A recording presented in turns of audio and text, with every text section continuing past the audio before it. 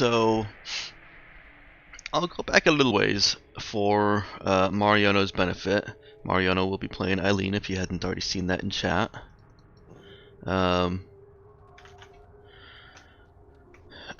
So Eileen got here onto this ship because she was part of a plot, seemingly local plot, to destabilize the SOS government and put Union in a position to take more control.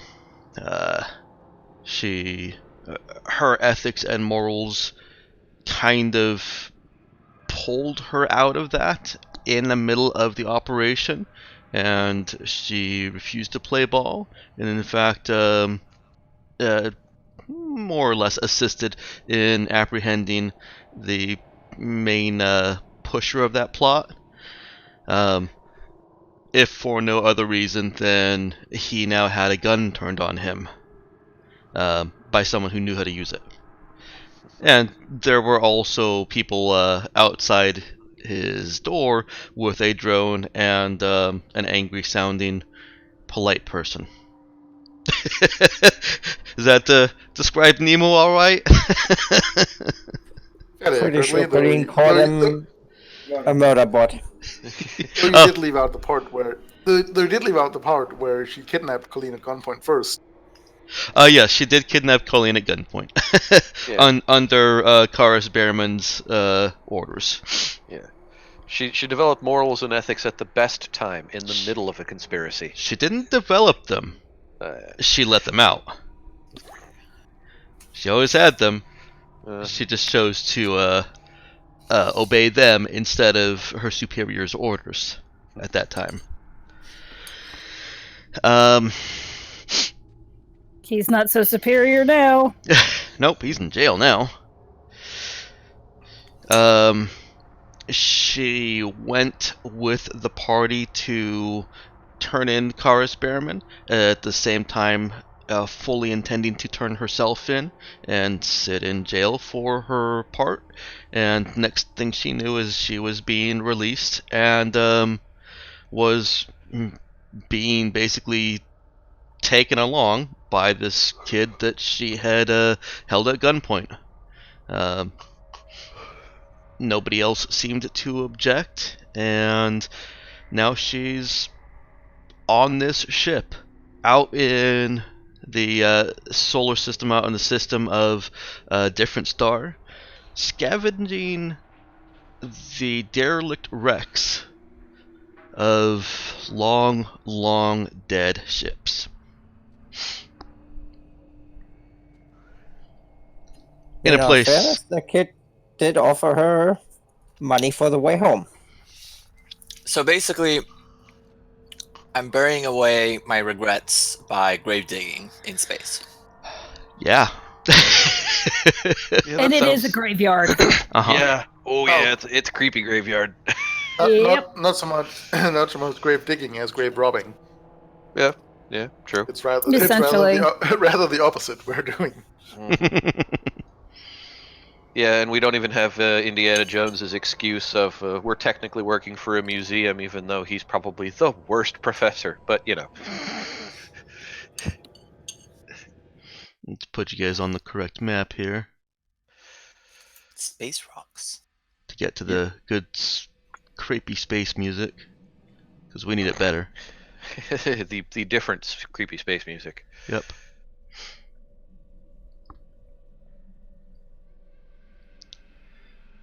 Yeah, no, this is a great game. Though someone apparently had objections to the whole idea of taking the grave robbing one step further and check all those corpses for gold fillings. Someone did have objections as to that, especially after. And those objections increased after hearing the audio recordings. Yeah.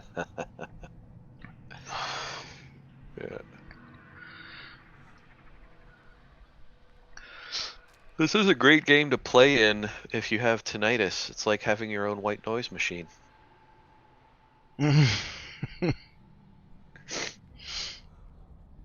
I'm not sure how having white noise is great for tinnitus. It distracts from it. Yep, it does. Oh, everyday life distracts from it for me.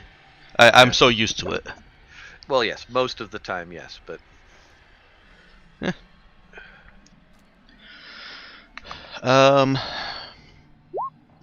Something real quick.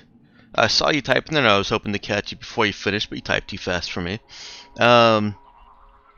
We do all of our in-character typed roleplay in the in-game chat in Okay. Discord, and that's just because with the role templates that Roll20 or Stars Without Number is using in Roll20, they're very big. All of the chat gets washed away really fast. it's hard to Gotcha. keep a log of that stuff from a HTML document with a million bits of text. Yeah, that too. And also my OCD, I don't like that emotes are centered. I don't like emoting in Roll20. I will type it out instead. I've never actually noticed that until you just mentioned it now. You're welcome. I'm reasonably certain that there are commands that you can type in the chat, that you can uncenter text. Maybe. Yeah, but it's a pain in the butt. Yeah.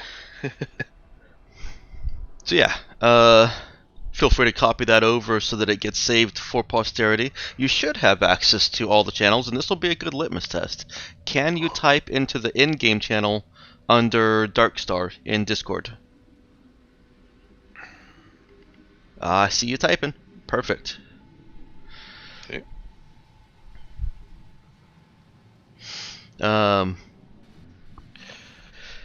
The crew have also discovered that the dangerous corrosive space dust, which appears to have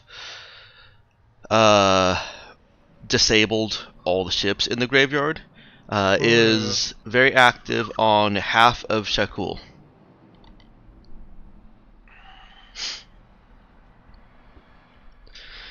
And Have we put that dust under a microscope? I think Yeah, we did Colleen's been fiddling with examine it. the inert form, yes. yeah, you guys have been seeing the inert form. You haven't actually gotten anywhere near any active. Which we we don't got- want to. We got close enough. We got close enough to the actives to get for the alarms to go off, and then we hurried in the opposite direction. This is bad stuff, like worse than sulfuric acid bad. Yeah. Wasn't that what happened when we were going to examine Shakul, the surface of Shakul? Then the alarm started going off when I got close. No, you were actually still on the Theatinero, the ship, and Shakul just kind of wandered close enough in its orbit. Oh, right. We were talking about going to Shakul. And we got an object lesson, and boy, that might be a bad idea. So, like I said, I've reset our last half-hour session, so there's still 7 more days of scavenging to complete what the cap had wanted to do. Total of 10 days. I believe you guys have already updated all the relevant sheets and everything, so we won't change any of that, hopefully. And we'll just leave it as is. Is there anything anybody wants to do during those 7 days? This is kind of what I did not do when we were rushing through last session. You guys have got 7 days of picking apart and tearing up this gigantic carrier class, well, gigantic capital class cruiser carrier. Capital Plus class. Yeah. Is there a sign that says, "You are here," and then it says like, I don't know, Med Bay?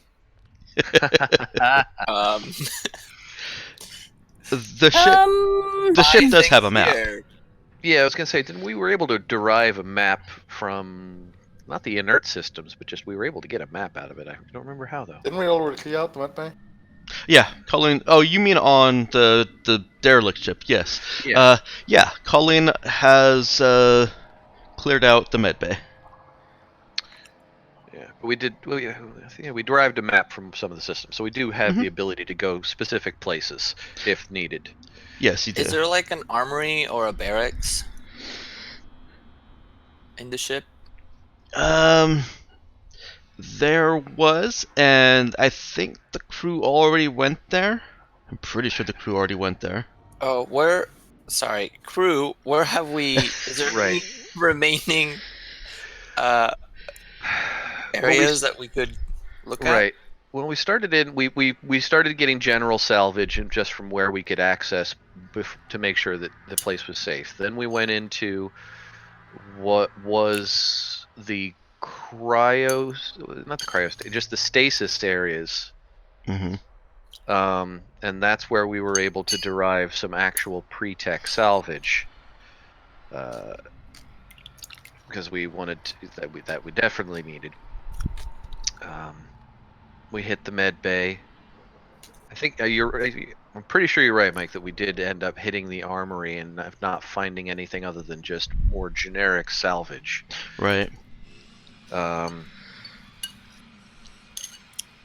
problem with, if I remember correctly, the problem with the ship for the most part is that while there's certainly plenty of untainted salvage that we can pull, most of what was functional in the ship has been affected in one way or another by whatever this corrosive, destructive thing is. It's inert on the ship now, which is why we can salvage from it. But it did render inoperable large portions of the ship, so we're only able to get scrap metal out of places rather than functioning tech. I feel like the only reason that we were able to get pre-tech out of the stasis thing was because it's so deep inside the bowels of the ship. It was very well protected. Yeah. What about the engine room? Yeah, they've checked that. So the places that they've definitely checked are the bridge, the engine room, med bay, any kind of armory, and the stasis. I call it a chamber, but it's more like a cavern. It was massive. The stasis cavern with billions of people. Yeah, this was an arc of some sort, is what my impression of it is.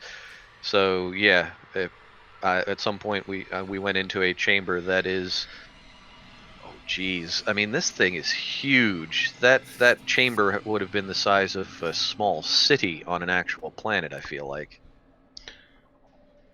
This chamber with all the people in it, did it seem like to have anything discernible about the people's culture, like a caste system, or it's just all of them the same? We as characters, I know Dude definitely didn't have much of an interest. It was just a lot of dead people, and it was pretty damn creepy. So he didn't look very closely. Yeah, I know. Nobody asked that. And someone was very opposed to looting them. that would be the other hindrance on trying to discern anything about these people based on, well, they're now corpses. Is there was some pretty hard opposition to disturbing the dead at all. I mean, any more than we had to. I feel like there's portions of the ship where, in order to get to, scrap and whatnot, we were pushing floating dead bodies out of our way. Yes. And I feel like that got bad enough that a lot of us were mostly creeped out with, look, we just need to get this done, and ignore the population of a small culture floating around us dead. Out of sight, out of mind? Sure. Did any of them have jewelry? No, I'm just kidding. Yeah, there we go. I think Colleen would have checked. I don't know that Colleen would have told us.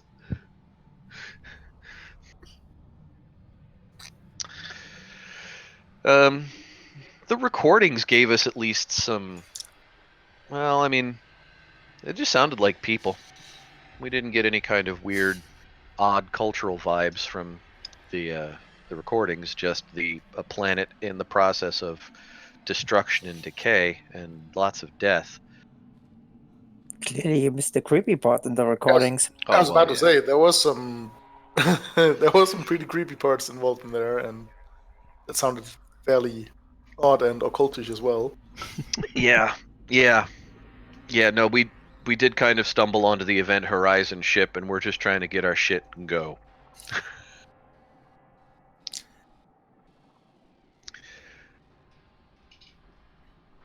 Yes. Had we been taking Eileen with us in the salvaging? Had we went before she became a Yeah, player character? she Had we is been using her? part of the secondary scavenging team. Basically, Okay. she's manual labor. Right, because I know we had Chishin Hmm. helping out. Yeah, that's right. We just needed lifting bodies.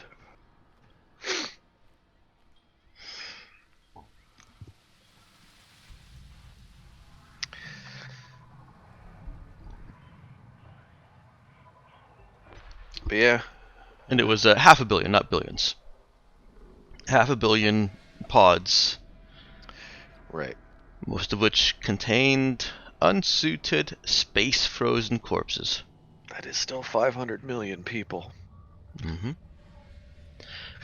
Mariano, I know that you at least glanced over the what the heck is it? The recap, the story so far. If Words. you didn't already take a look at the last session and the contents of the audio files, because that's what they're referring to as far as creepy stuff, Spooky stuff. spooky stuff, yeah.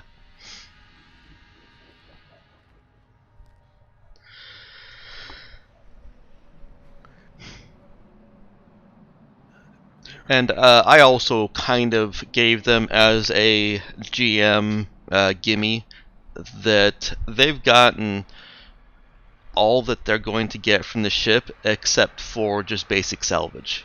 So they've already gotten the components that the ship has, and the rest of the scavenging is just for scrap to make sure that they can repair things, and well, you're getting yourself quite an abundance of it. Which we need, because this is an expensive to maintain ship. The scrap won't help you maintain it. Well, I mean, the scrap will help us repair it and other shit. We still need money. Yeah. We need a conversion machine. Scrap to credits. Credits to maintenance. You can sell scrap, but you won't get nearly enough for it. Yeah. It is literally junk. Is there reason to believe that I could scavenge more and get anything useful out of it? If I have 7 days worth of time? No, and that was the GM kind note, basically saying you guys are essentially done getting the valuable stuff here. What you're doing now is just spending time to grind regular currency, scrap currency. Yeah. The thing has more than enough scrap to provide for. We could sit here for a month and keep gathering scrap. It's just. Yeah. You know, the rest of the game would suffer.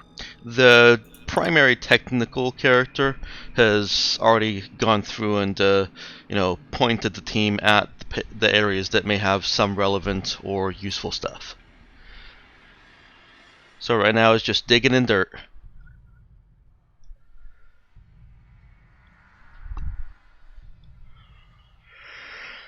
Now the only reason that I'm holding or pausing on the 7 days is to give you guys an opportunity to have any kind of in-character interactions you want to have. Because yeah, this is a week of nothing but backbreaking work most of the day, and then back to the ship to Coming home, decompress crashing. Yep. from working in a charnel house. Nah, it's not quite a charnel house. Eh, Yeah, they're all frozen. sorry. Yep. So we've been working A in the meat locker. morgue. Yes.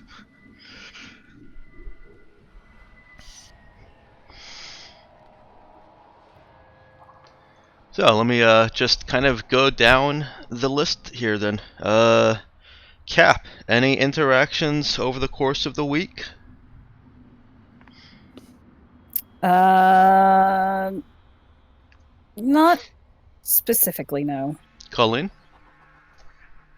Nope, Colleen is busy. All right. Next on the Colleen list. is always busy. By the way, Colleen is our plotter and schemer. Lies. And the However, I did just technical one. update my goal list. Yeah. She's also the ship rat. The if Eileen can't find Colleen in any of the rooms, she'll need to check the ventilation system. Yep. Dude. No,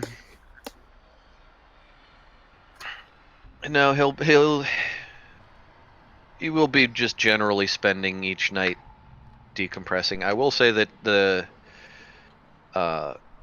once they get back to the ship for rest and mealtime and whatnot, before everybody turning in, dude will be have been putting himself in whatever we've been using as a common area on the ship, and just have his guitar out and be playing just to relax himself, mellow music. Think geez. He's playing the James Taylor light rockish stylings of something, just sort of mellow and soothing, partially to calm his own, slightly frazzled. This is really creepy and weird. But if anybody else wants to sit in a room and listen to pleasant music and not think about the millions upon millions of dead bodies we've been walking through, that's fine by him too. And then, Cap will hang out with him. just to try and Aileen smooth away. would probably address Cap and the dude and ask a question about the audio files. And says, on the first entry, 11/22/2642, talks here about they were searching for survivors, someone possessed of an entity or smart enough to hide out in a shuttle or a bunker. Who is this entity? It's capitalized, and I don't understand. That's okay. We don't either. Okay. Yeah, I mean, we got a lot of questions about what's going on down in there, and so parts of those files were definitely. I mean, shit, your guess is as good as ours. Hmm. I don't know It that looks I've like ever heard there of. were 3 groups: the Terraformants, the Moo Council, and the Femno. And the Femno is what they call the dust, right? We don't really know. Yeah, now you're making me need to take a look at those to remember out of character. Where did we put that handout? Yeah, I was gonna say, what did you call that handout?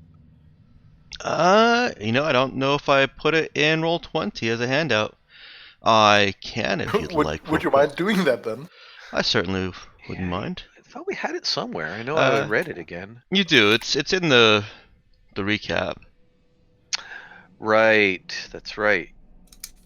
But I can make it real easy and put it into Roll20. Where did you kick it when it was coming live in game? Did you put it into the Discord channel?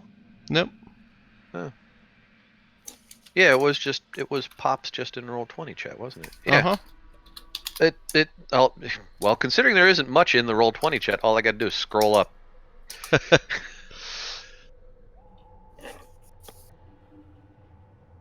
I don't know if that helps, but in general, I put the link. Oh, thank you.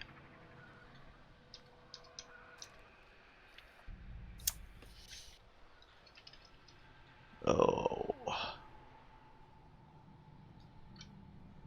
Yeah.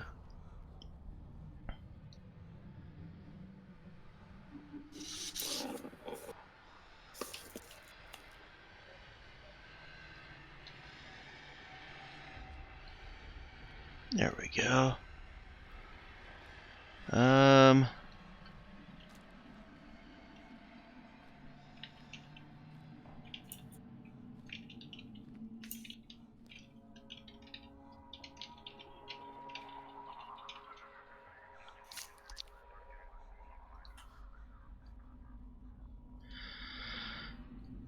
There you go. It is a handout in Roll20.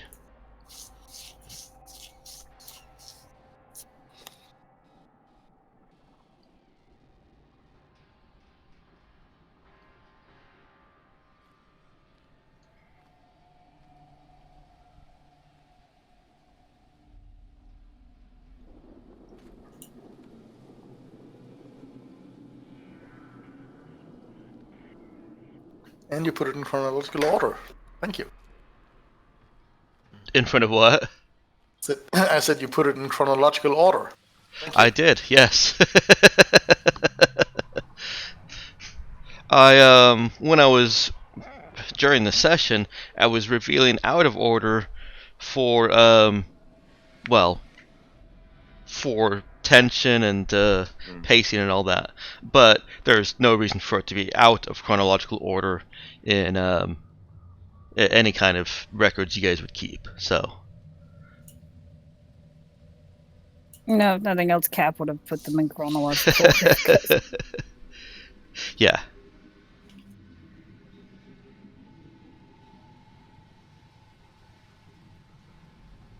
It's like when you're watching a movie, seeing things out of order can be interesting, but if somebody's just telling you about the movie or summarizing it, the plot, what happened in the movie, yeah, just put it in order. Yeah, unless you're trying to tell somebody about. Oh, jeez, blanked on the title of it. The one with Guy Pearce. Memento? Memento, yeah. Yeah. Well, no, I think that if you were just relaying the events of the movie as a factual thing, you would still go in chronological order.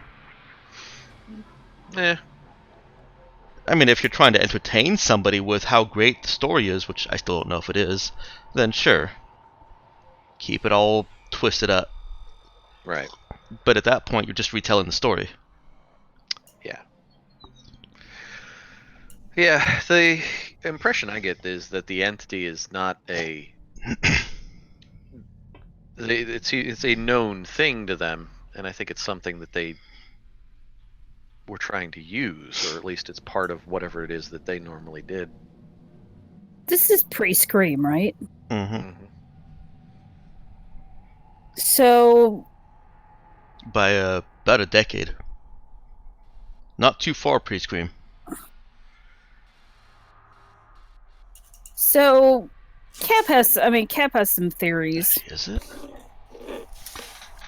Yeah, did you get your dates right?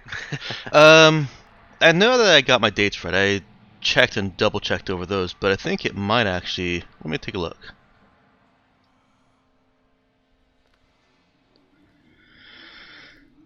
Where's my timeline? Well, where's Stars Without Number timeline? I was gonna say that's the standard.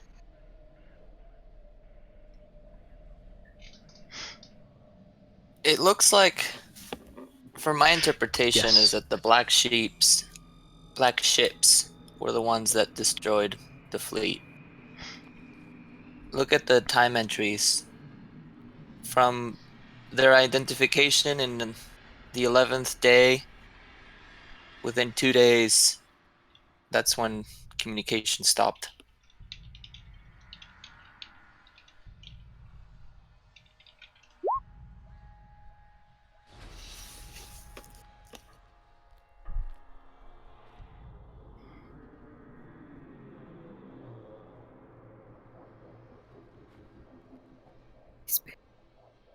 Sorry.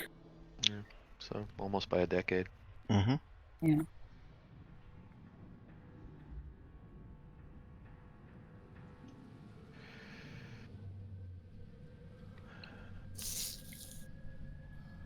But there were no indication on any of the wrecks of actual battle damage, was there? And all the damage seemed to have been caused by the corrosive dust. There was battle damage, but it didn't look like Sufficient enough to. yeah, it was just normal battle damage. Like the ships, like the scars that accumulate over a Mhm. tribal warrior over time. Right.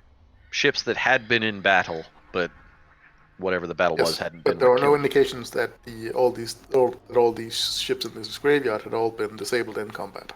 Correct. The ships in the graveyard appear to have all been disabled by the same effect, and that was the dust.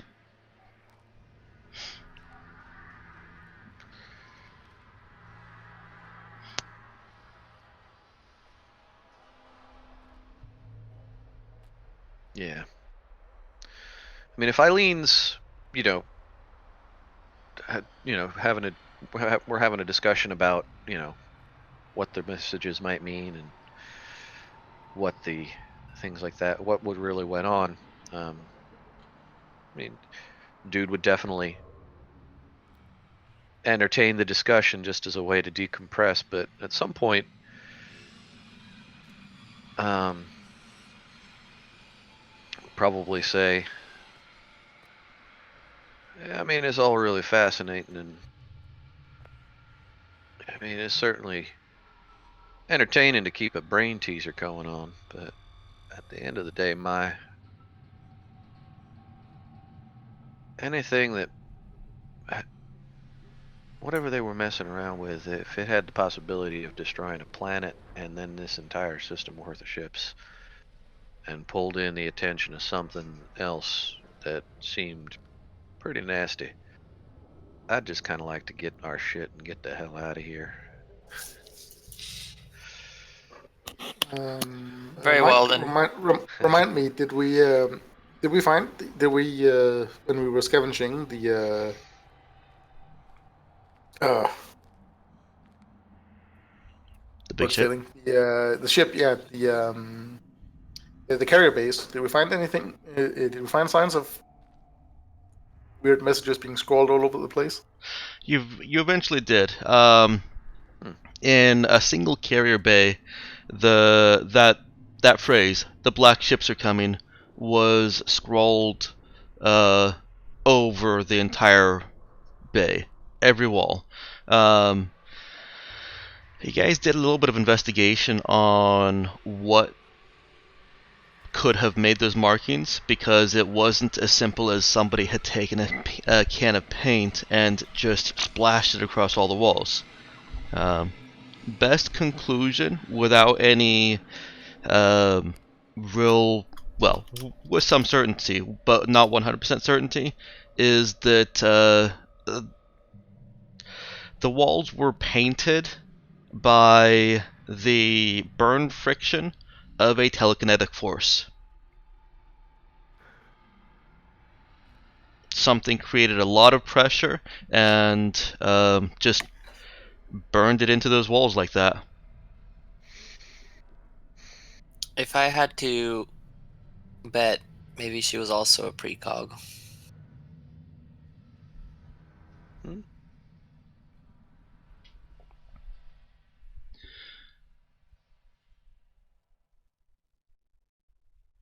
Since you guys are going over the audio files a little bit, I'll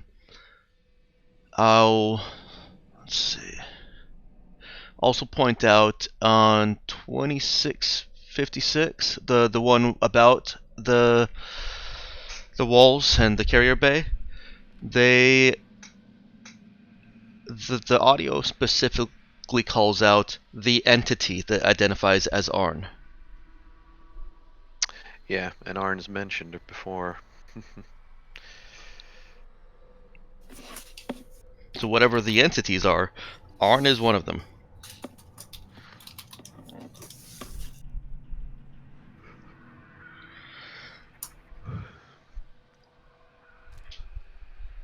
Yeah. Now, don't Eileen doesn't get the impression that dude is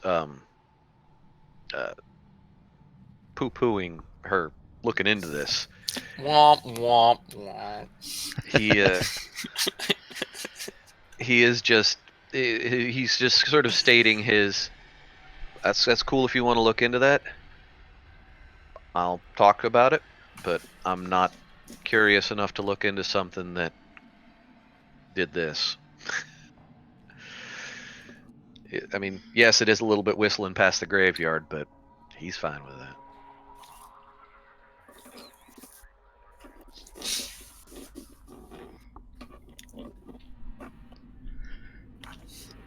Does Eileen have any more questions or points she's gonna raise while dude's strumming a guitar?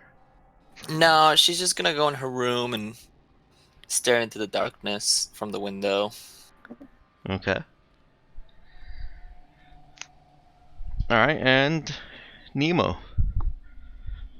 If I recall, Nemo was doing something during the week. Working on Korean.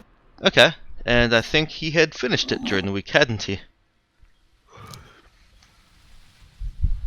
Let me just see.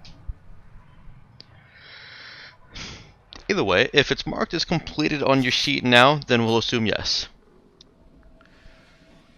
Otherwise you... It's marked on 22 out of 30 on fluency on my sheet. Oh, right, it takes more than a week to do that. Okay. We'll leave that It's a there. week for working knowledge. It's week for working knowledge. 30 days of fluency. That's right. Okay. And is there any other chatter during the week that comes up? I'd probably be in my room making different kind of contingency plans and, I don't know, working out. Okay. The ship does have a equipped rec room, including various weights and A range. yeah, and a range. Which is where she'll find Cap a lot of the time. Mm-hmm.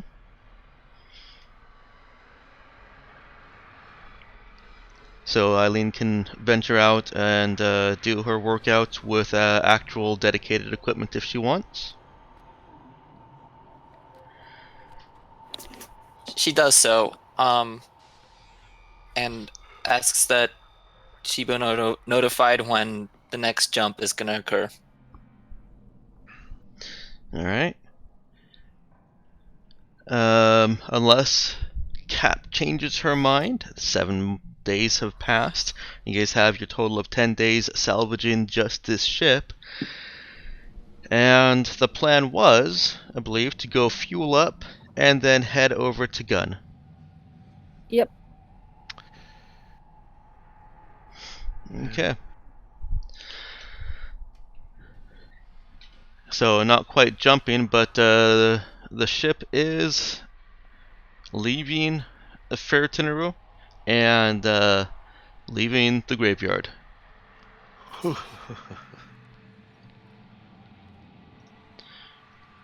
When you guys get to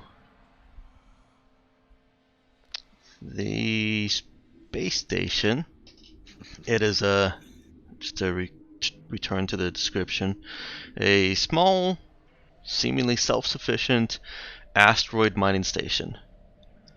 You can fuel and perform minor maintenance here. Do I get the sense that or anybody in the crew is wanted, or there might be some signs that said, They are. Yeah. Yes, I think we've talked about it at the very least. Eileen is a newer addition to the crew. I know that Cap had that conversation before. Yep. Nope, she knows. Okay. Cap had a conversation specifically with Eileen. Oh my goodness, yes. Okay, that's important for. You know what? Is your name pronounced Mariano or Mariano? Mariano, but anything works. Okay, yeah, I'm not going to be able to roll the R. Sorry. That's okay. That is beyond my ability. It will sound crude and forced, like I'm trying to purr and communicate at the same time. I asked Colleen if she has any hair dye Oh my god! There's She the two does. of them. Colleen has hair dye. It's green. Before Well, you she get also has blonde. into that conversation, Mariano, yes, Cap, Eileen did. I don't think it was confront, but did go to Cap with some suspicions. Emma, you wanna refresh on that? Basically, Eileen came to Cap, and they sat down and had a discussion where God, I'm trying to remember exactly what was said. But basically, Eileen wanted to know, are you wanted? Because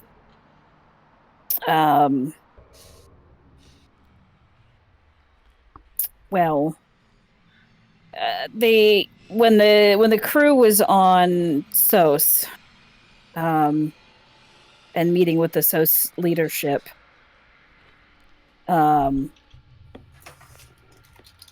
gonna put this into a chat Cap or discussion. refused to submit the crew to genetic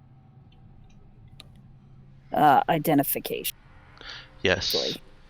which is usually suspicious. Yes, very suspicious. Eileen came and asked if you guys were pirates, didn't she? Yeah, and the answer was no, we're not pirates, but You're just Well, after stealing that, grain. Yeah, there's Colleen more. was talking to Eileen and might have. And Eileen figured out that these people are like the most wanted people in the universe. pretty much. This was in the Lost session. I had messed up some audio settings, so only my voice could be heard, and none of the players. So there was a lot of great RP in that session that was lost. But yeah, Eileen talked to Cap with suspicions that they were pirates because of their activities, and as M said, Cap basically said no, but it's still dangerous. And then Eileen, she wasn't being manipulative, she was just talking to Colleen and things slipped. And Eileen put things together and confirmed for herself that this ship is the Raza, which has a huge rap sheet of horrific criminal activities. Yes. The worst of all is that. Cap. I saw that one. So I don't want my real persona to be identified with these people, and I also or any more There's record of you leaving us from or, SOS. or any more related with them than it already is. And then in addition to that, I don't think Karas, Bearman, or whoever his friends are would be too happy about me for turning him in. So I probably want to be hiding in case like he's got goons or anything out in space looking for me. I think he's way less important than he thinks he is, but I'm just making a little list of all my enemies and all the friends I've made.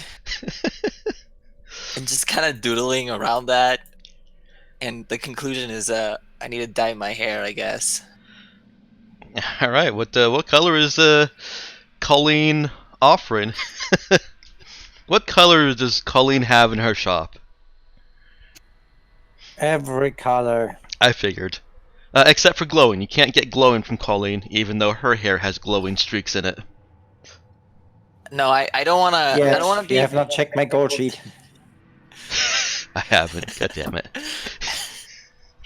I don't want to draw myself more attention than Colleen's hair, so I'm okay with like non-sparkly, shiny neon. I don't know. I get like a black or a purple, a dark purple. Dark purple it is.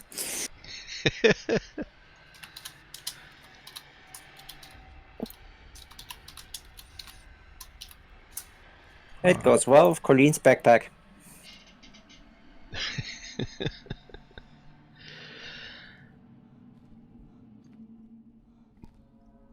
I'll probably have to improve my costume as the game goes on, but I'm done for now.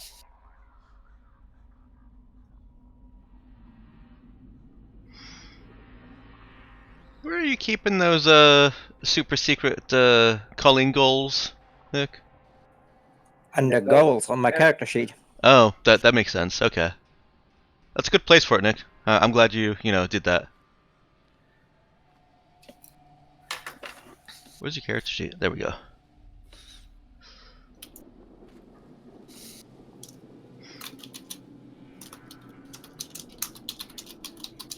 Yes, goals go on the character sheet. Plots go on my text file.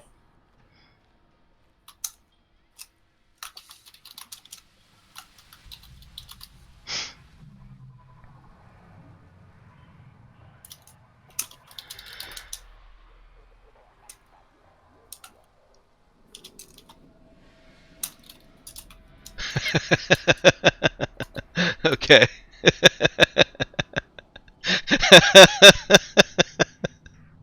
Alrighty. Girl has goals.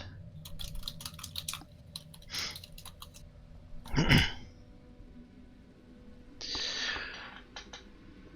move myself back to the in-game chat.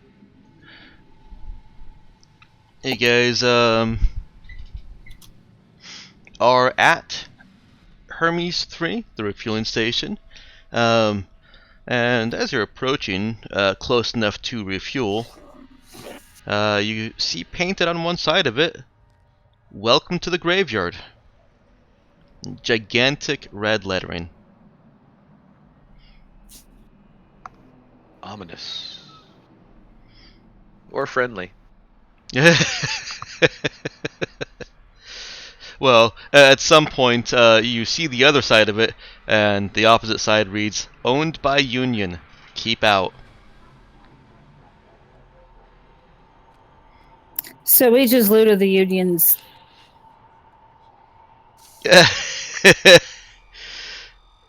Oh well. Or I was don't the sign particularly just care for- repurposed? You didn't get any kind of indication that Amuron has any corporate or recognized government ownership. They may have been referring just to the space station.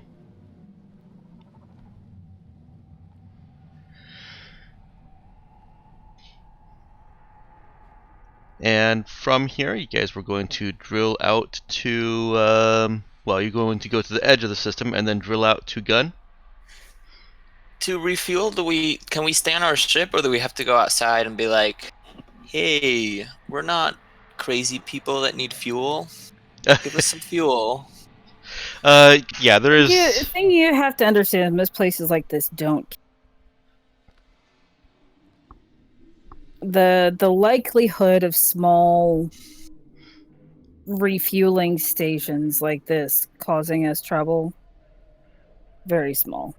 Yeah, and I think you cut off after places like this don't. Oh yeah, places like this don't really care. Yeah.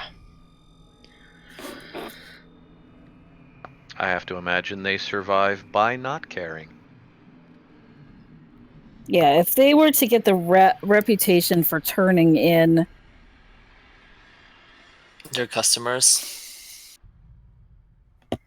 Yeah, might. Of course, for those law-abiding, but I imagine there's quite a bit of smuggling going on and other, under-the-board things. Okie dokes. So, Eileen is welcome to stay on the ship, but if she wants. No, I stay in the ship and wait until it's fueled. Okay.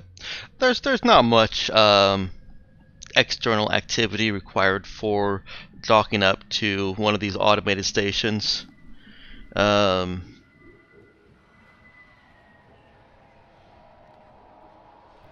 yeah. I can't even actually think of what it might be. I can imagine that most of refueling like this would be like one of those in-flight refuel type stations. Not stations, but airplanes, where it's just all automated, and the hatch goes into the plug goes into the right hatch, and you get fuel, and you disconnect and leave. So nobody has to leave the ship for this. Other less automated stations, you do have to get out and um, interact with people, but not this one. Let's see. Okay.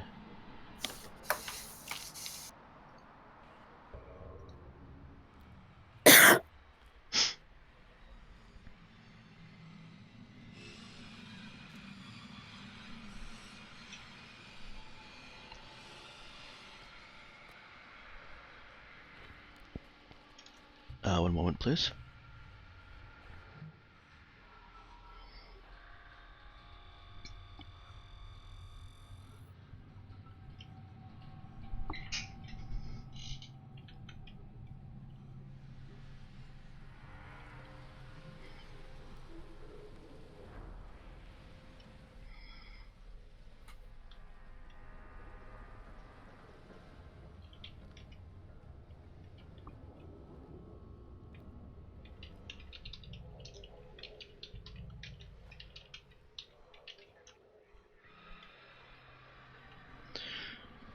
You disconnect, head to the edge of the system, and then plot a course out for gun.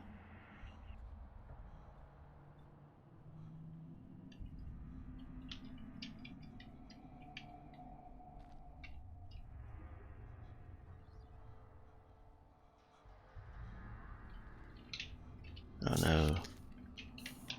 Our ship does have an armory, correct? Yes. Mm-hmm. Oh yeah. Does that just give us like generic TL3, TL4 weapons that we can use? I in did armor? limit it to TL3, with the Yeah. exception of equipment. So yes, Eileen might want to equip up at this point, huh?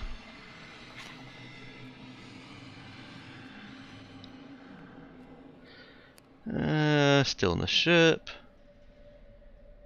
Cyberware. I had made a restriction on something. No heavy weapons. TL3 regular ranged and melee weapons. And armor.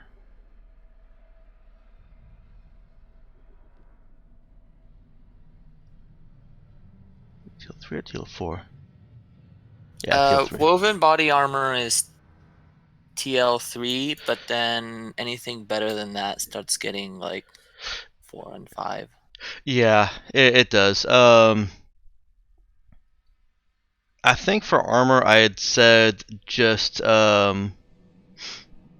primitive and street armor, obviously. Well, okay, your armor doesn't have any primitive armor. Street armor and I think I did it based on income. No, I didn't. Whatever. Street armor and woven body armor are what I recall allowing anyone else from that armory. Does that sound right, guys? Yep. Yeah. Okay. Yeah. Yep. Feels right. Um, the crew can take more actions to restock that more so that it can just act as a regular this is your armory, but they haven't had that opportunity just yet.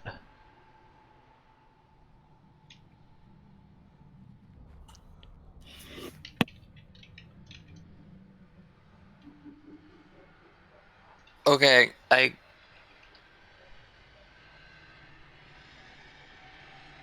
Hmm. I get it.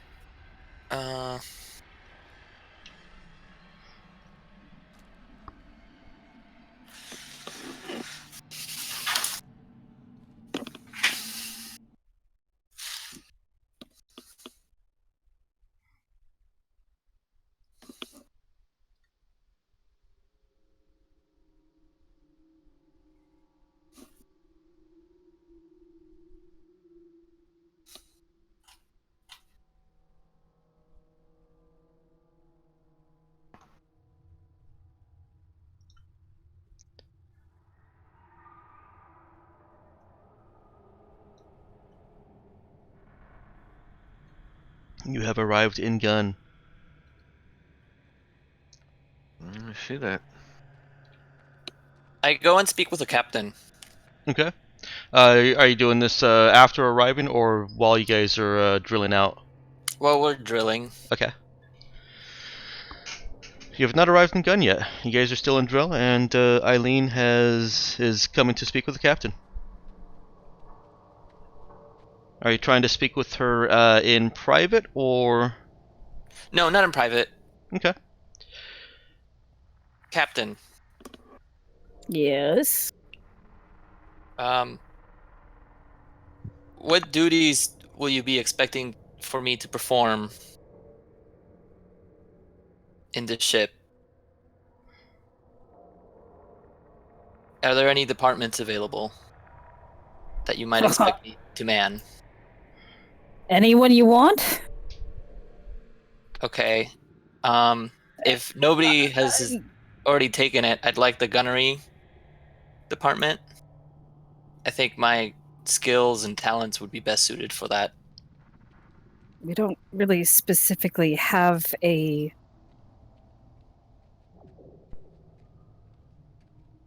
gunnery department per se. We have Or any working guns.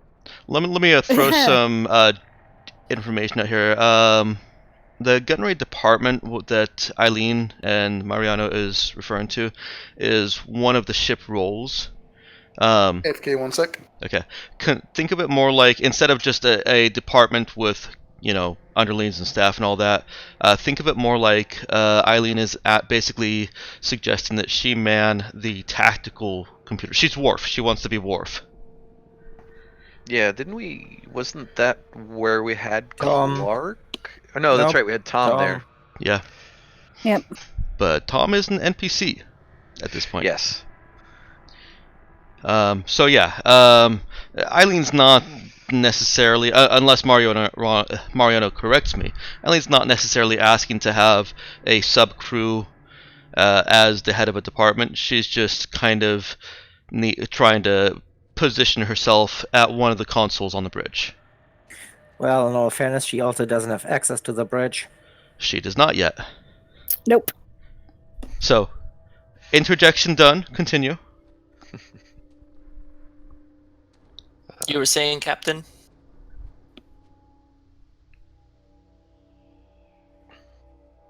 Damn it, what was I saying? Thank you, people, for getting me sidetracked. You're welcome. Ah. I had interrupted you because you were answering for Cap as if Eileen was asking to head a department, or at least that's what I kind of heard. Not particularly. We Back again. honestly, we really don't have.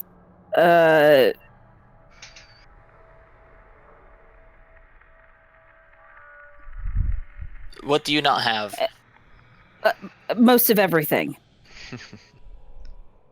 Are you saying you So- don't have guns in this ship?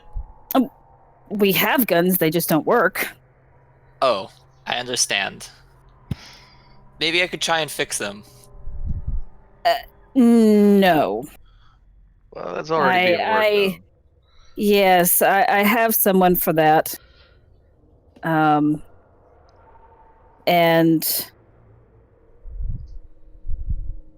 no offense,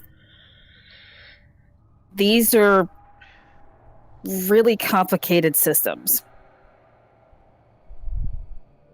And while I don't doubt that you are very skilled at various things, I want my expert on it. Understood.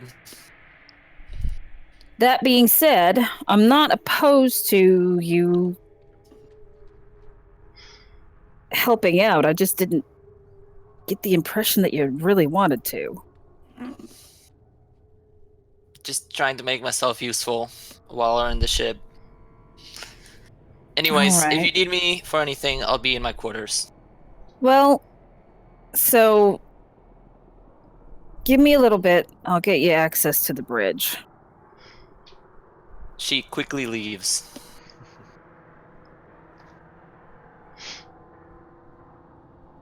All right. I'm done. Cap just kind of shakes her head a little bit, thinking, okay, she's an odd one. And that's saying something. Yeah.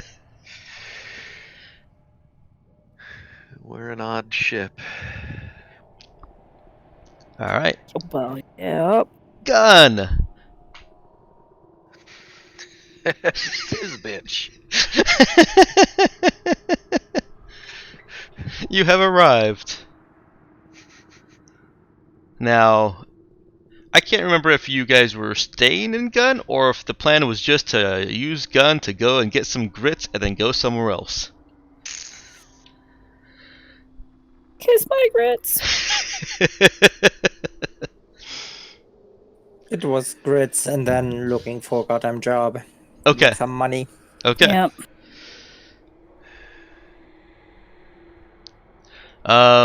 It takes you a Well, day. first was maintenance. Oh, yes, yes. That is actually where we left off, ish, when we did our little session there. So, you arrive at Gun. Arrive at Gorman 1760, and the big command decision there is: are you going to spend the week in maintenance? And I'm not sure if Emma was here at the time that I decided this. She wasn't. Okay, so Emma, you know that I'm doing maintenance on a running total now instead of just a do this amount by within 6 months. Yeah, it was do this amount by in 6 months. Okay, no, I've changed that to a running total. It just calculates out the ship maintenance that would be required for every day, and every day that you guys are traveling, it adds to that. So I have a running total that will equate to the same amount in 6 months. You can get maintenance done at any time, but each maintenance stop, whether it's for a couple of credits worth of maintenance or a million credits worth of maintenance, is going to take a week. Okay. Now, clearly it is better to space those out, but if you guys want to do maintenance at every single system you land in, you can. No, not particularly. Yeah.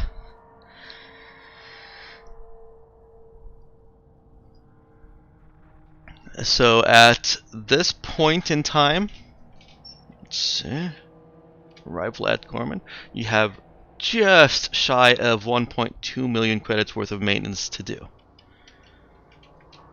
How much can we get done here? You can get all of it done here.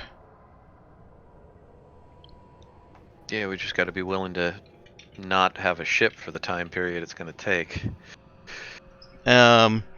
That week includes taking apart and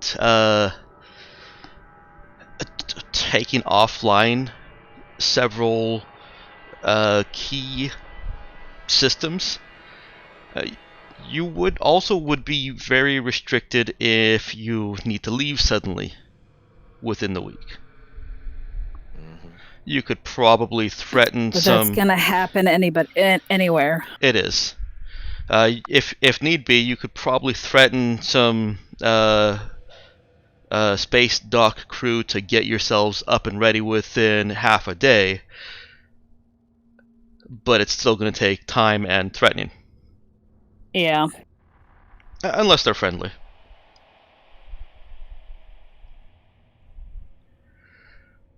Right, which I mean, we do try to keep people We've friendly. had variable luck with that. Mm-hmm. Yeah. So you're at Gorman 1760, home of competent staff and delicious grits. Now, is this Union territory? I forget. Gun is not. It's independent, right? Gun. You've got the Galactic Mandate beacon warning travelers away from either planet and directing you to Gorman 1760. Gorman 1760 does not appear to have any specific corporate affiliation, and neither of the planets orbiting Gun are corp owned. One is silent and the other is independent.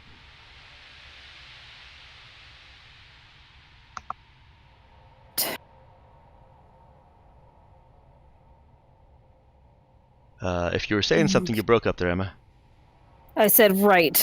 That's all I said. All we caught from that, or at least all I heard from that, was the T. Ah. So it just sounded like. I mean, we honestly, Galactic Mandate, we run the risk of them anywhere. Mm-hmm. Anywhere we are.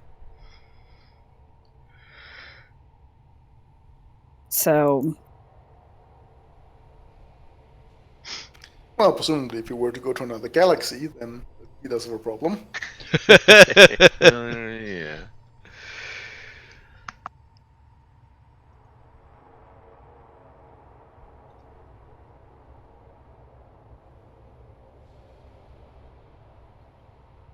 All right.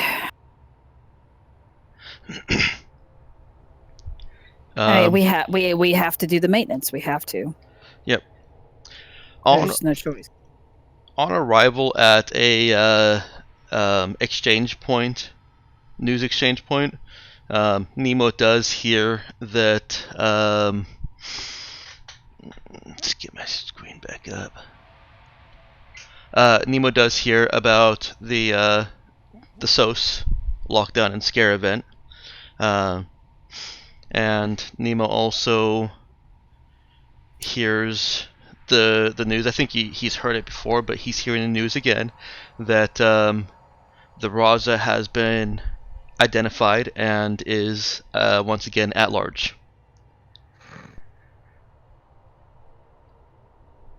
But it doesn't call us the Santa Clarita. It does not. In conjunction with the SOS thing, or as a separate bit of news? As a separate bit of news.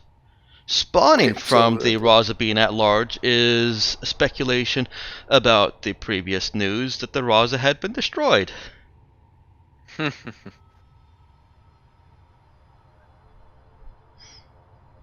Whose news do we believe? Well, the older news was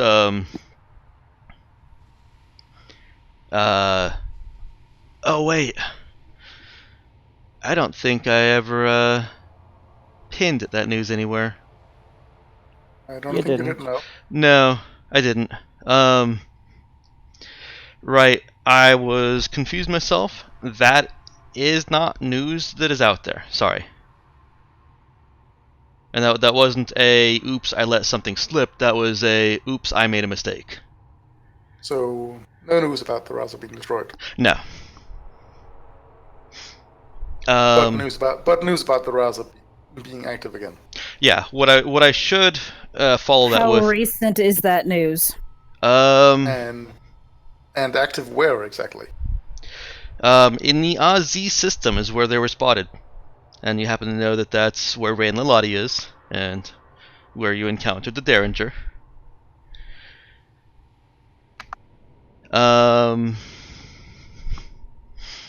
The news is a couple of days old at this point.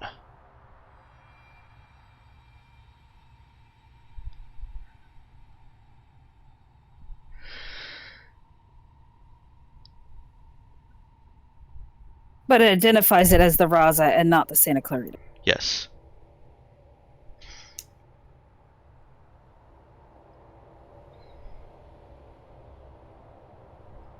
which is good.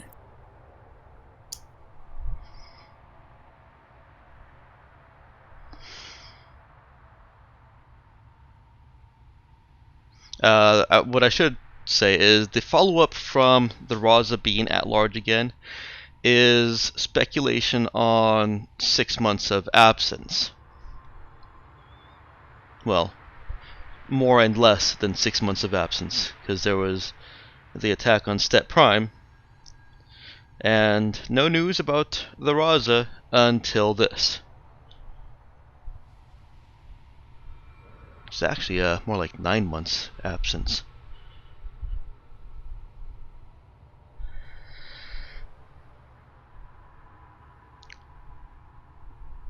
Do you stop for maintenance? Yes. Gorman is asking you what it is that you're docking for. Ship maintenance. Ship maintenance? Okay.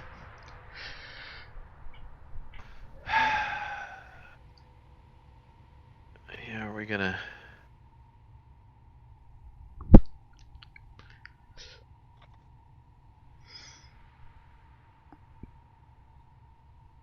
Dude's keeping an ear out. Well, he's actually... As we're coming in for this, he's out of his normal station, where he normally hangs out down in the engine room, repair bay, and he's actually at his engineering station. In the bridge, he's keeping an ear out to see if we might need... how we're gonna get identified.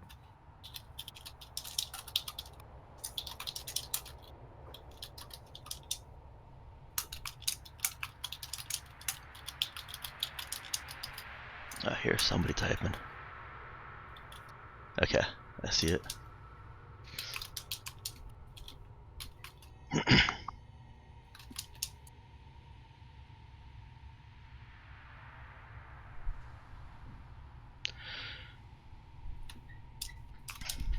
The station agent that greets you. Well, different from last time, a station agent greets you. She is wearing the typical Gorman uniform that you've seen other wait staff and maintenance staff wearing, with a couple of other bars or otherwise indications of rank. And she says that she'll escort you to the...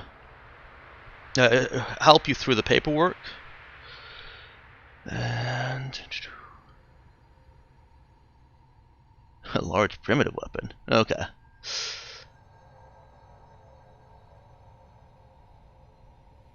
All the other ones are TL4. Right, they are. I think grenades are considered heavy weapons, aren't they? They might be. If that's the case, I'll have to revise that. I know for a fact we don't have any. Yeah. We had one. Yeah. Yeah, I haven't produced more. Did we Yep. use the one we have? You did. Yes, we did. Oh, when did we use that? Zombies. Oh, right. Yep. That's right. It's okay. Dude can make more grenades. Colleen can make more zombies. These are both true things. One of them you want, one of them you don't. Yeah, pretty much. Yeah, grenades are dangerous.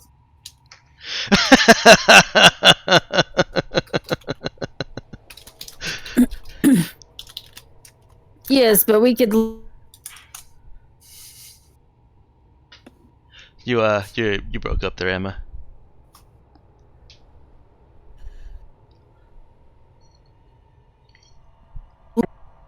Nope, still robot.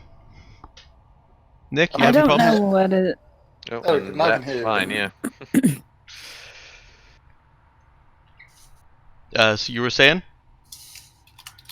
Colleen can literally wipe out planets with hers.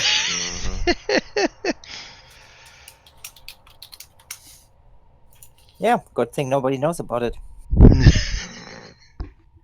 Oh, that's because if Cap did, there'd be a lot of trouble. A lot of trouble. So Eileen is kitted up, and is asking if she should be basically presenting in a bodyguard role for the crew. If I'm understanding that correctly. Sure, let's go with that. Oh, was that not what you meant? No, I said let's go with that. Okay.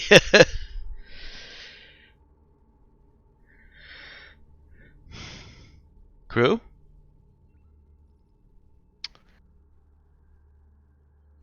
I mean, Cap would find it kind of amusing that.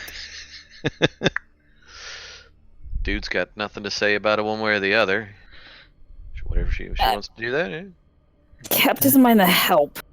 Yeah. Colleen doesn't care. You want to go a little bit more undercover? Nemo certainly I doesn't can need it. do an undercover. I've had some experience as an undercover cop. I could take off the woven body armor and wear more concealable weapons if that's what you would prefer. It's not that. You're fine. That's assuming they allow us on the station with weapons. Yeah, I don't know. It might look more realistic if we're keep being cautious about what's going on down there. I'm sure they'll tell us. Dude is definitely wanting to find out what they mean by paperwork. So. Well, sorry, Mariano. When Brittany comes up and greets you guys to escort you to the to work you through the paperwork, she does say no weapons. What about kitchen implements? She clarifies, says, I mean, no firearms or energy discharge weapons, and no explosives. All right. She has a lot of kitchen knives now. As in more than one? Well, the kitchen knives are for throwing. Okay. Eileen has scavenged a bandolier for kitchen knives. And has a probably a large crowbar type tool as her large primitive weapon. Probably a butcher's cleaver. I don't know. A machete? Sure. Okay. I would normally just say for you to tell me what the weapon is, but the crew haven't had, like I said, opportunity to fully stock up their armory, so the choices there are a little bit more limited. That's something that I understand they'll want to change. At some point, yes. Yeah. The paperwork that Brittany is helping you through, it's just, well, it looks like just kind of a standard work contract for the maintenance on the ship. It includes non-disclosure both ways. They're very specifically not reporting anything found to Galactic Mandate, and expect that you do not report elsewhere that they're not reporting. You don't tell on us, we won't tell on you. I like that. Cap will just say, "That's agreeable to us." Okay.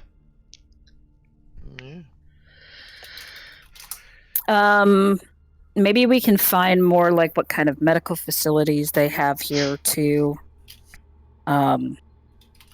Because I know we needed some more advanced technology. Mm-hmm. That reminds me, I have a question I did ask you. In private or open? Yeah. Okay. Right now, or is it later? I'm typing it before I forget. Okay, got it.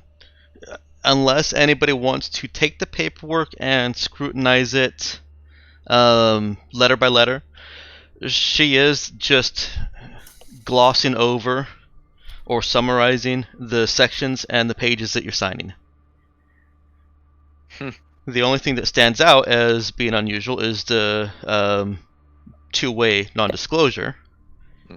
Everything else sounds reasonable for a week-long business contract. Yeah. They're not. So far, they haven't asked for anything other than just who are you as a ID check, right? Yeah, they just need to register the ship for their own purposes. They are asking for credits and a half as insurance up front.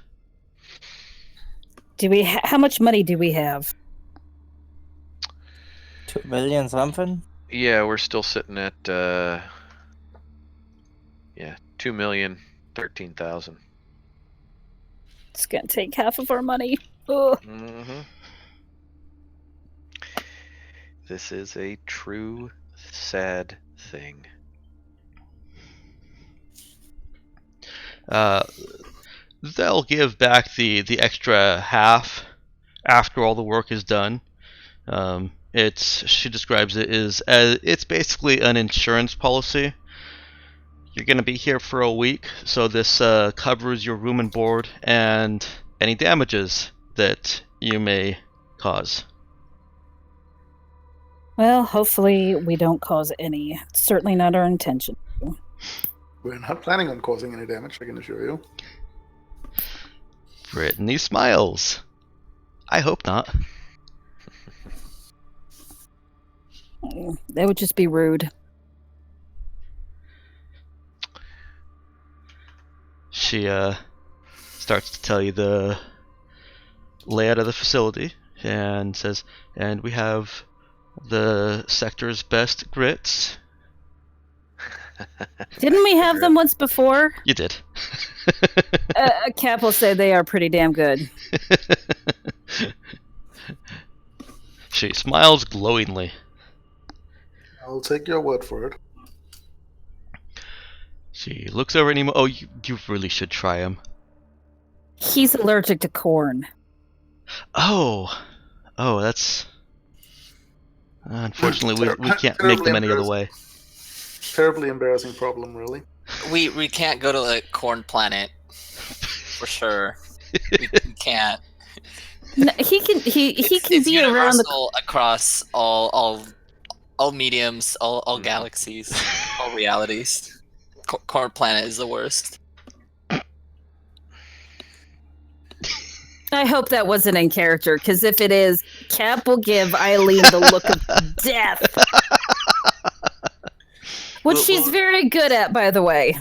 She definitely says it's in character. In that case.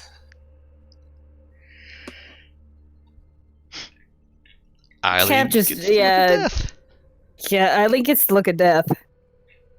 Yes, it's much worse than her normal resting bitch face. Yes. It is the if we weren't in polite company, I would be gutting you right now look.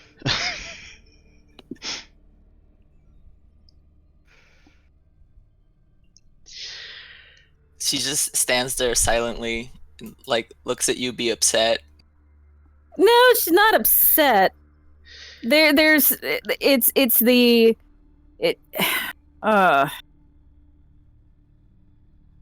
She's not she's angry, she's not upset. Is that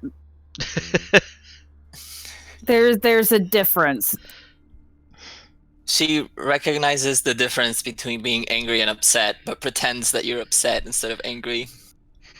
But As she stares at you. I'm sure that your specialty is delicious. Unfortunately, medical issues prevent me from partaking. She goes an extra step to assure you that all food prep stays in the kitchens. And so there should be no risk of you stepping in a puddle of corn somewhere. Well, that's good to know. It'd be unsanitary anyway. I was planning on wearing boots as well. My companion was joking. It's really not that bad. He just can't eat it. Okay, I understand. Gives me a terrible case of indigestion. It does.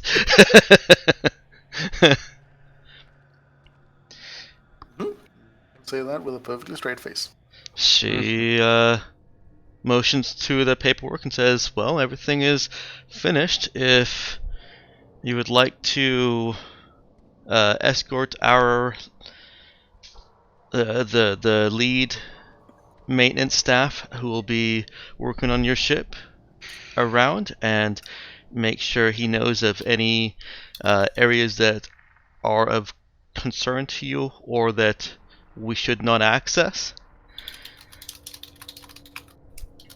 And if you don't mind, one of my crew will, she points at dude. This is our engineer. I was gonna say, dude would have volunteered for that if Cap hadn't said anything. I prefer that he stay with your crew at least most of the time. He knows the ship better than anyone, and he's the one who will be directing the repairs. Yeah, she keep out of happily trouble. agrees.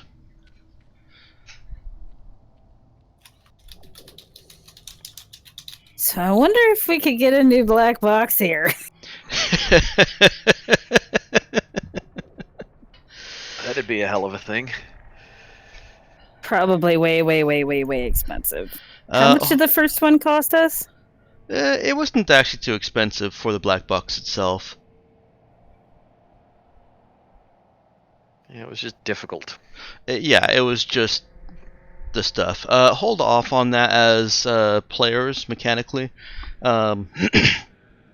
With the ship stealth changes, I also want to make some changes to the black box and transponder mechanics to not be quite so hard of a you can't touch this wall. Okay.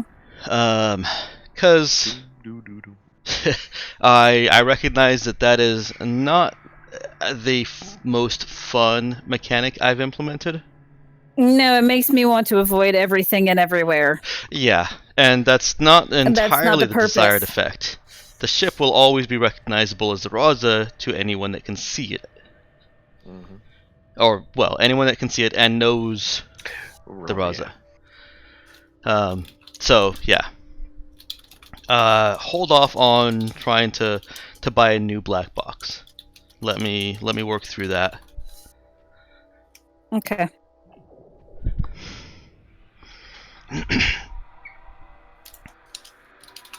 And I'm wondering if we can take a quick 10-minute break so I can get some food.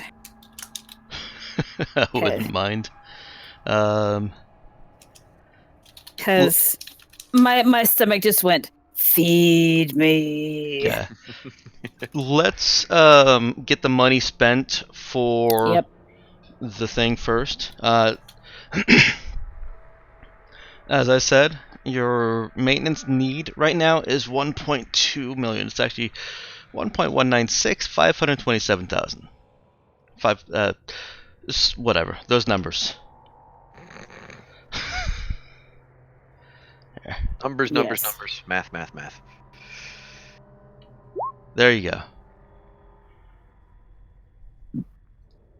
Excuse me. Now, can they use our own scrap? Excuse me. The maintenance that you're having done isn't so much just using scrap. Okay. A lot of it is just maintaining equipment.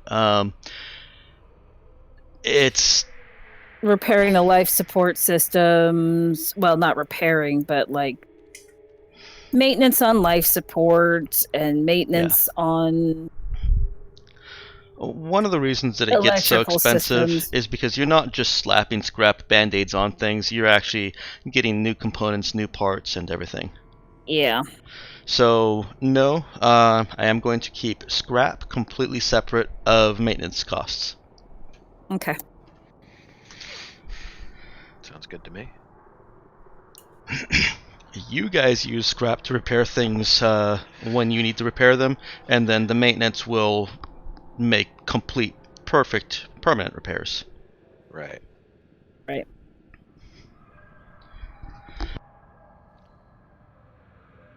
So, go ahead and deduct that, or however much of it you're going to spend right now in repairs from your credit stash, and then I'll put up the break sign.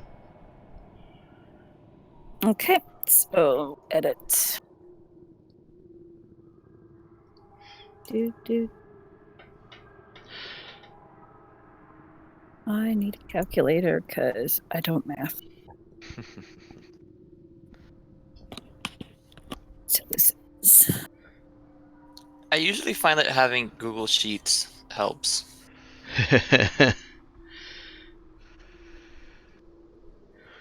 I'm all for spreadsheets. You is the spreadsheet man. Can I like borrow like 1,000 credits?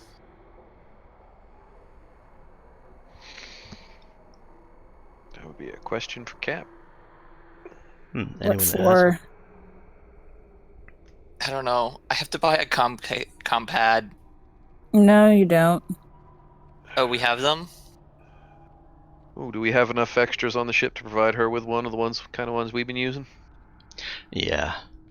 For a compad, I'm definitely. I also need a desk to make my plans. I can't work without a proper desk and chair. You have quarters that are completely furnished. Oh, Yes. never mind.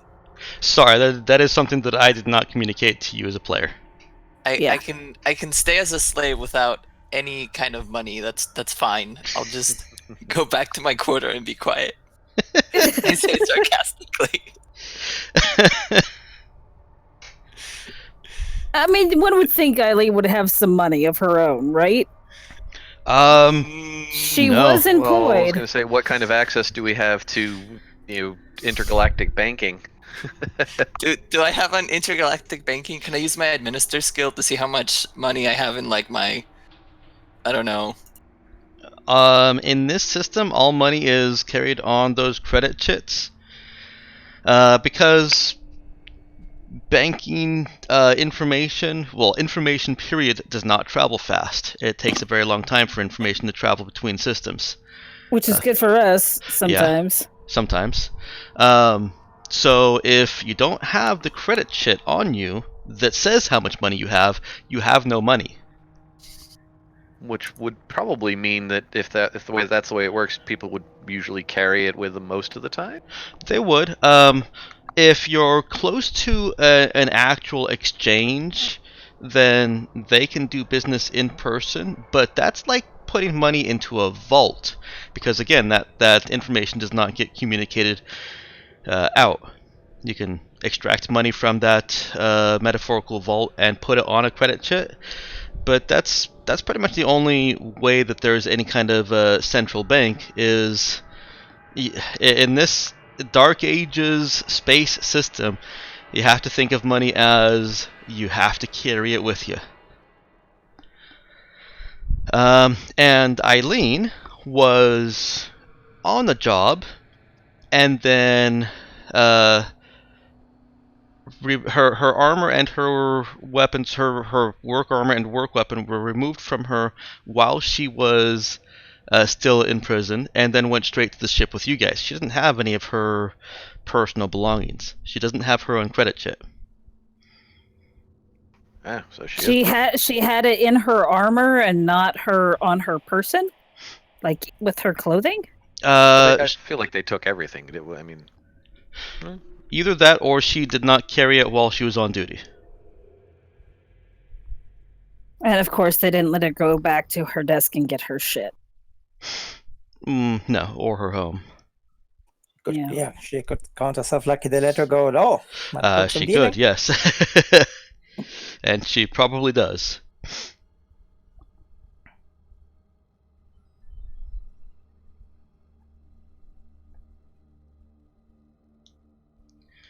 Cap will give her 500 credits for now. Cool.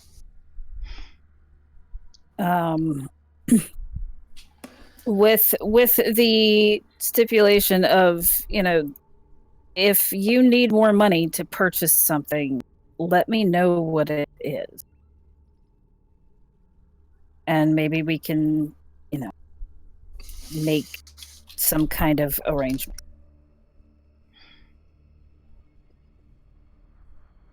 Understood.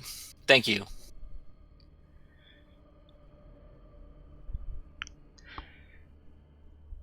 All right, let's go ahead and let Emma take her. It's 9:42 right now where I'm at, so we'll make I took the 500 out. Okay, we'll make it a. Well, it's 9:43 now. We'll make it a 17-minute break and come back at 10. Okay. Okay. Thank you very much. I appreciate you letting me make food. It's no problem. I'll get something to eat as well. Yeah.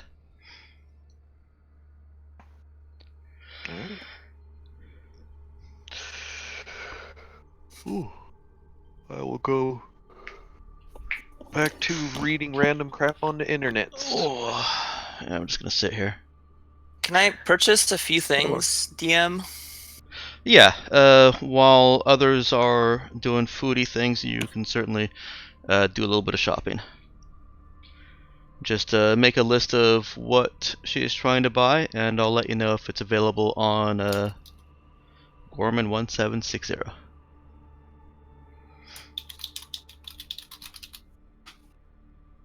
I don't know. Right now I'm looking at Grapnel Launcher, and I don't know what it does, so I'm going to read it. Okay. I'm just trying to see how many different ways I can kill my character. No, that's not. That's not what I'm doing.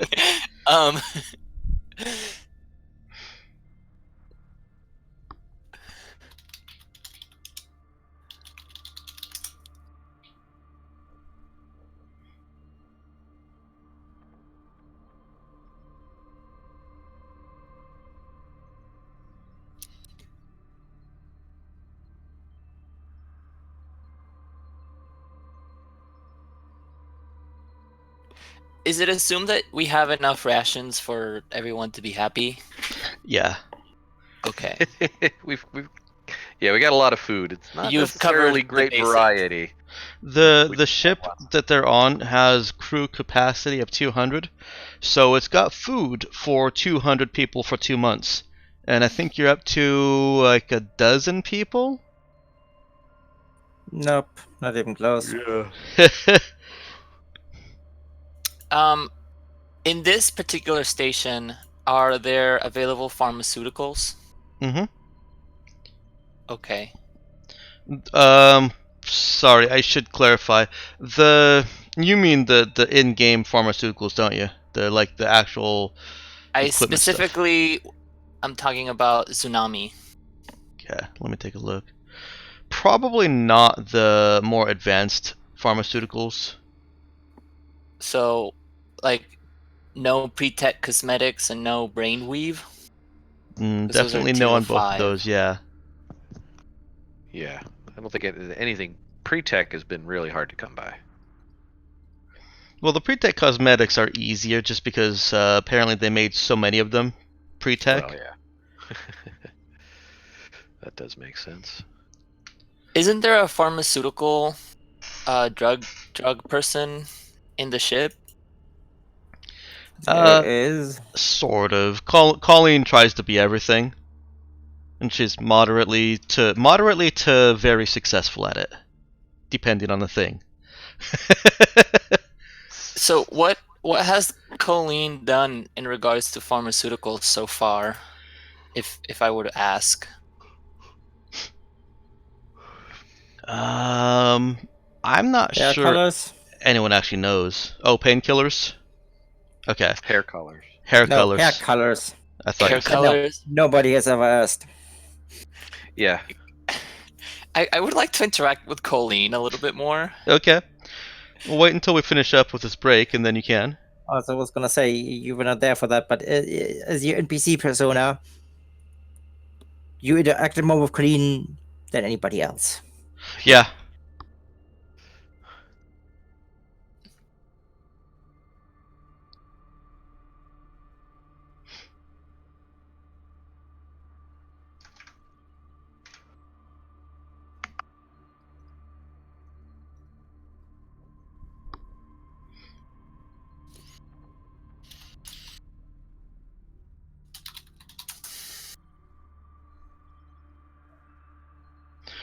Yeah, we'll stick with the teal for pharmaceuticals being available in small supplies.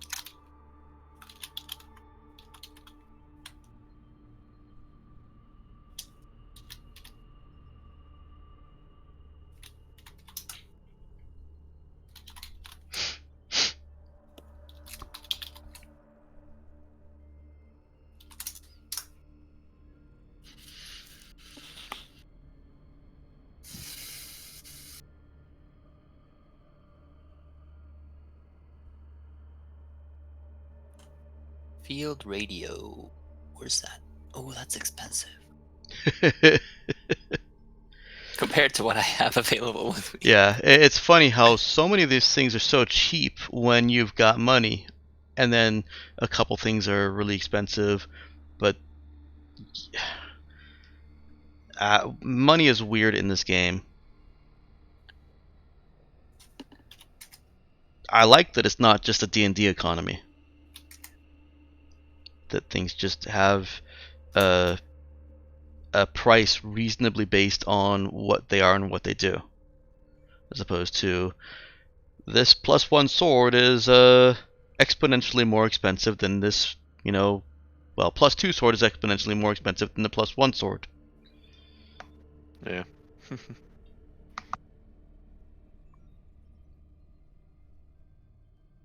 Oh, I don't have program. um, Yeah, field radio requires program to be able to tune into specific things, but I believe you can still have it programmed for you. Or tuned, if you know exactly what to tune to, you can just tune it there. I think that's more like if somebody does. somebody else has program. They'll probably use that. Oh yeah. I think I'll get a comp. No, we already have compads. Mm-hmm. Yeah, don't worry about buying that.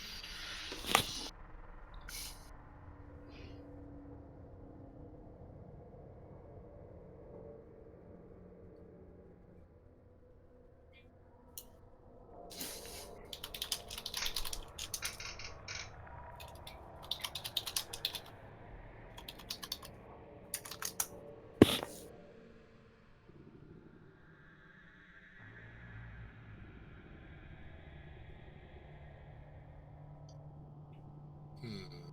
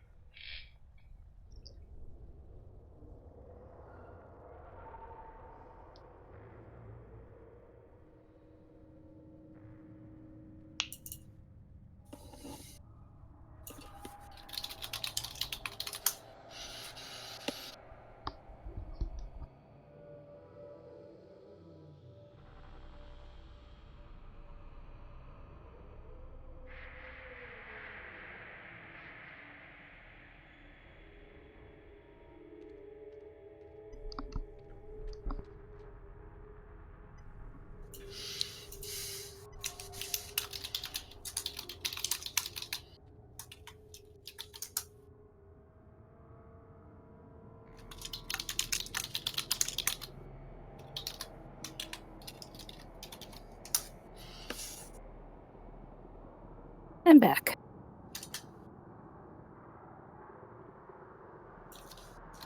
And 3 minutes early. I have my food. I am going to mute myself while I eat. Can you eat in 3 minutes? No, but I'll unmute myself when I have something to say. I just wanted to know if you could eat in 3 minutes. I can't. I'm here. It depends. I'm just eating.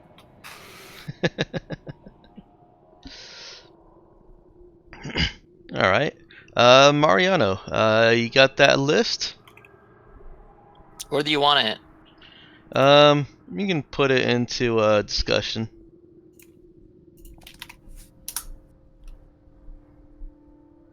Oh, let's see. Well, there you go. Right on the nose. Oh, that does. I'm gonna delete it since it's like it shows already there. Yeah. Don't need to repeat things.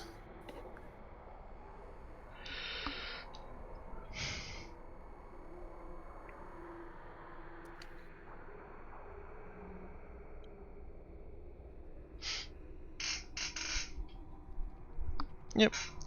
I don't have a problem with any of those being purchased here.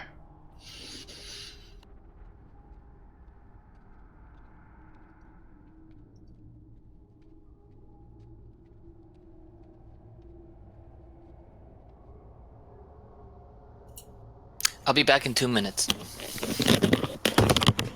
Okay.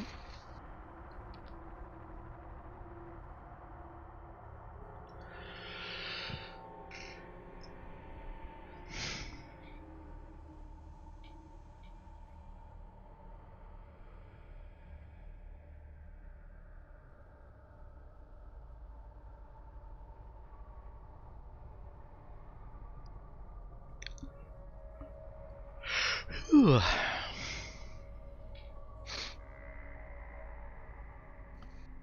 None of that now. I know. I don't get enough sleep. Yeah, neither do I.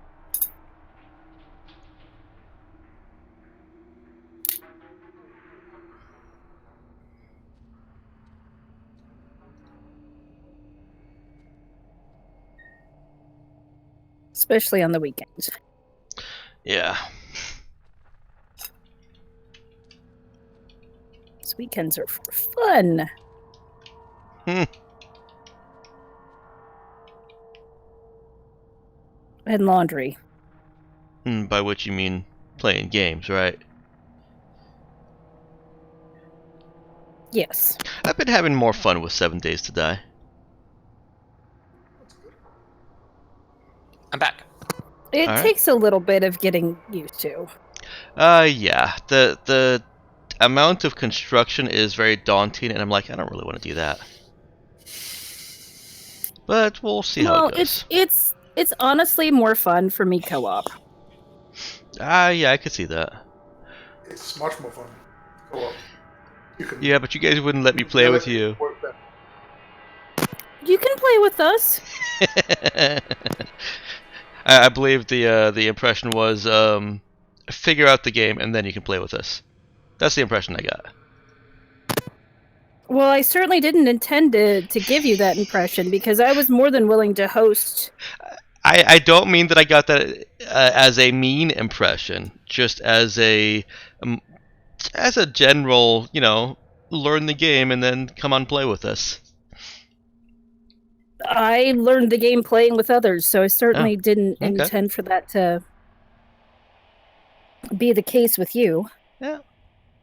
No worries, I have had fun solo. But let's refocus on the game here. We'll talk about 7 Days to Die more later. Yeah.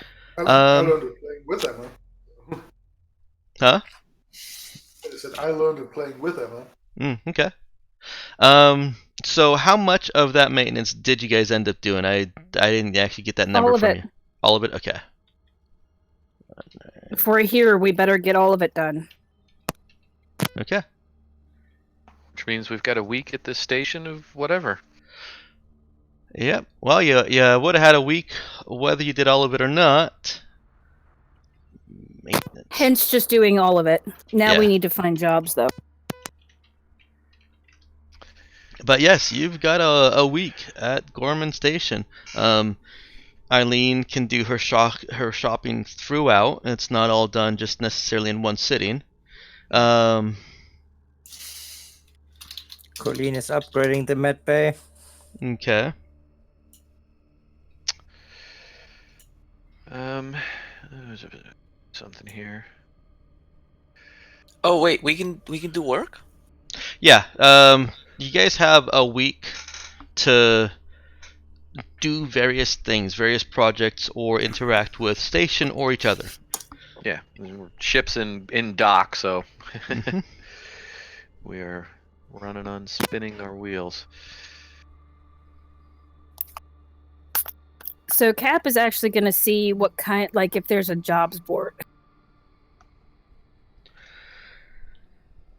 for work once they get shipped back. AFK real And quick. if there are anything, Sure. if there are things around the station too.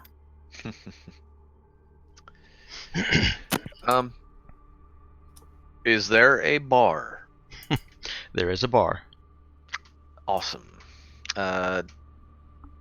While helping with the ship as much as possible, the maintenance of the ship, and making sure that they know what needs to get done, what needs to be prioritized, and stays out of the areas we don't want them in.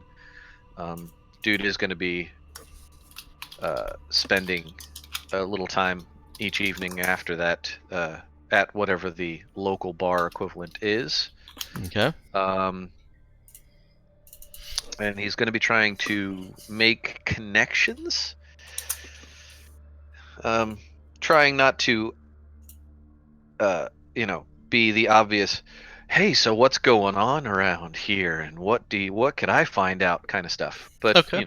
Being friendly, listening to people talk and gossip, keeping an ear out for A, any interesting news, and B, he knows Cap wants to find work, and he'll keep an ear out for anything that sounds like either how people find work or how people are, if there's any work while he's doing that, and let Cap deal with the more official channels. Okay. Are So we on a planet right now or a large station? you're on it's technically a small station, a small space station, but it's large for its smallness. What kind of like first impressions do people get from this place? Is there like a lot of crime, or is it like there's security guards at every corner? What is it like? Well, let me throw a thing up at you. As soon as I find the thing to throw. Gun. Don't throw guns. I threw a gun. They're much less useful that way. Too bad I threw it. Crit. I do 2 damage. Alright, so where you're at is Gorman 1760, which is at the bottom of that handout that I just threw up. And it is clean. It's not, pristine or spotless. It's not Star Trek clean, but it's clean and fairly brightly colored. There is enough staff to run the station and to accommodate visiting ships as well as maintain them, or as well as do maintenance on them, I should say. And as you've already experienced, a fair amount of available shopping and supplies. Sorry about that. I'm back again now. Okay. Does that answer your question, Mariano? Yes. Okay. So, let me know if you want me to roll any kind of connect or Yeah, whatnot. we'll get to that. Let me find out what everyone is generally doing. I've got Colleen working on upgrading medbay. I've got Dude working on making connections. Cap? Cap is using more official channels to look for work. Okay. Nemo? Nemo will try the same approach he used on Zoes, and by walking around and listening and observing, and see if he can find out who to get in touch with for less official work. Alright. I'll split. If possible, without drawing attention to himself. Okay. And Eileen? I'll split my time half and half, assisting Dude and Nemo if they want help. Okay. You'll have to. You'd be incredibly bored assisting Nemo, since he literally will just be walking around, watching and listening. That's what she did for most of her career, so I think she'll be fine with that.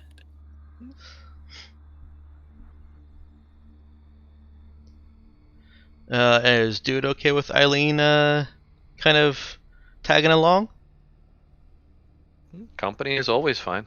He doesn't, I doubt she'd find much interesting in helping with the work on the ship, but Yeah. Actually, keep in mind that Dude is spending a lot of time escorting people around the ship. If you guys sit in the bar, yeah. So that's easy for Eileen to make time with. The crew that are working on your ship. You know what? Never mind.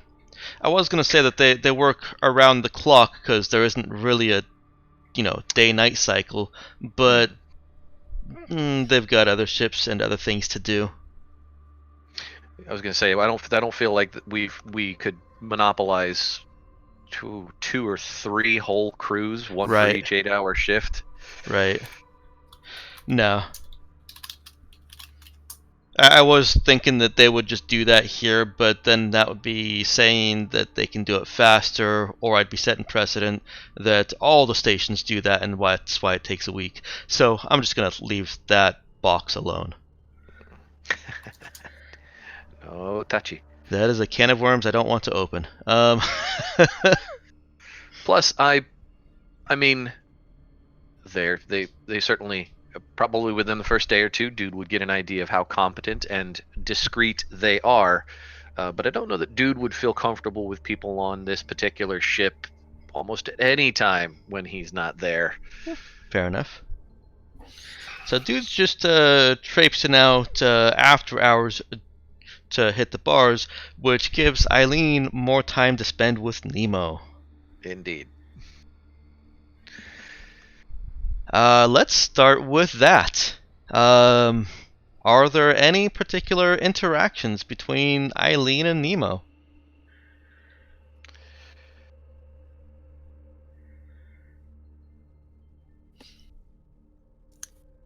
Nemo,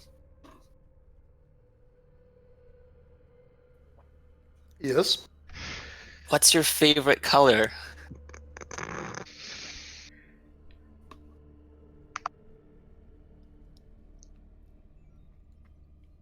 I don't believe I've ever actually puzzled that before. All right, your turn for a question.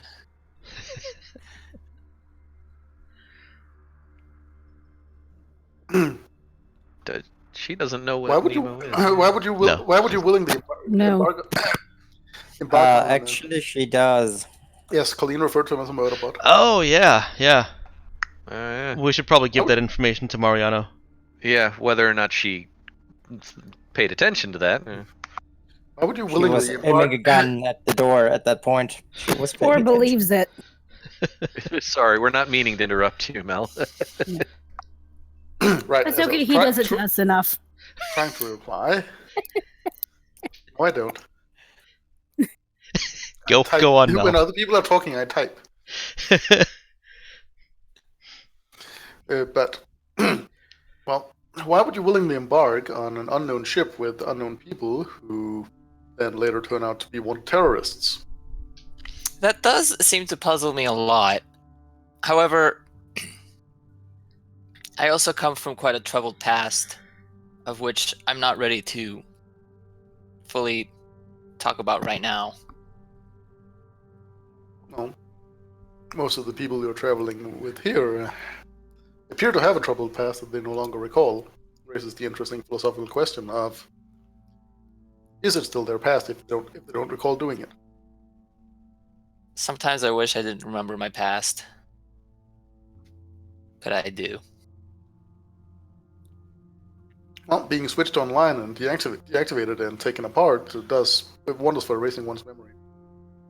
I wouldn't recommend it, though. So now I'll jump in and say that Eileen had previously heard Nemo referred to as a murder bot. Now saying being switched offline and turned back online kind of confirms that Nemo is probably an android. He is the most human android Eileen has ever seen. In fact, his level of humanness is illegal. I poke at his flesh and I'm like, have you gone through an MRI machine? Just wondering. I'm sorry? Have you gone through an MRI? Why would I do that? I don't know. I feel like you might be interested in knowing what's inside you. We have a med bay, right? Mm-hmm. We could do that some time later today if you want. You probably don't have an MRI machine in the medbay. I am aware of my own schematics. Oh, they don't have. Okay. Yeah. Oh, okay. We're way more advanced than that.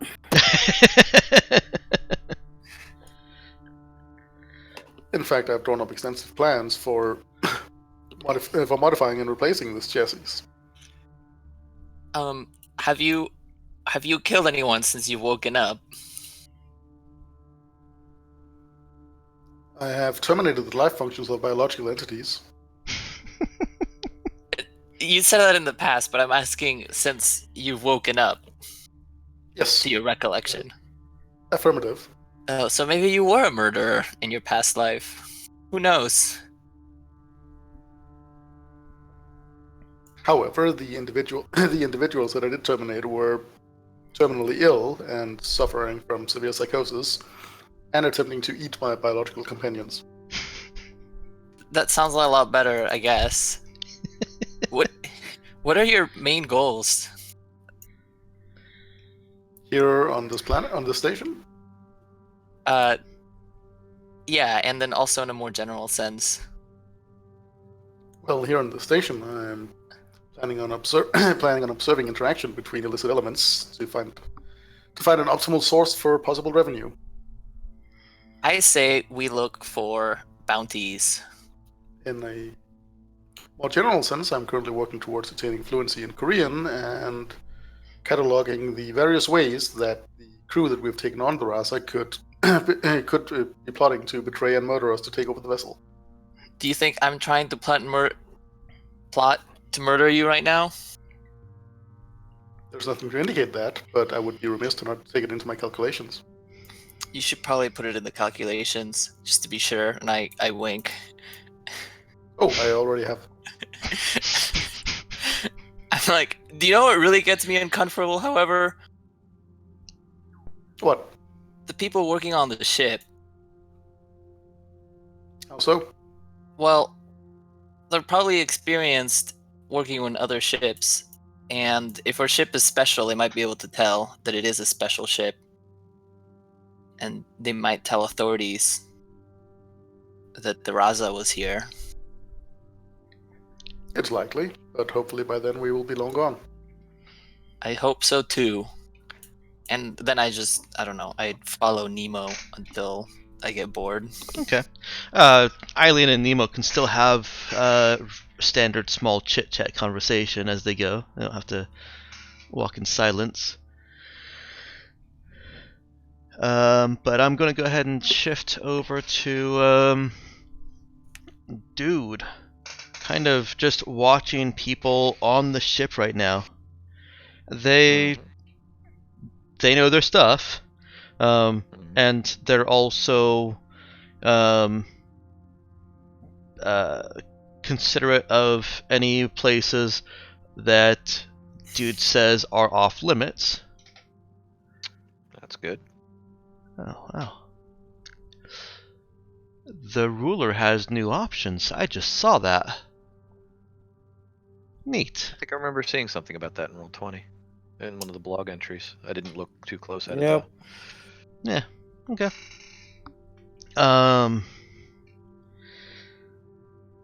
They're friendly enough for non-social maintenance type grunt people.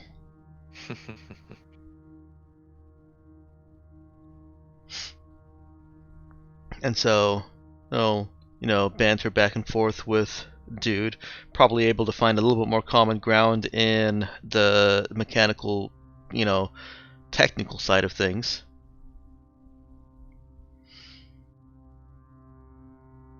Doing anything in particular? I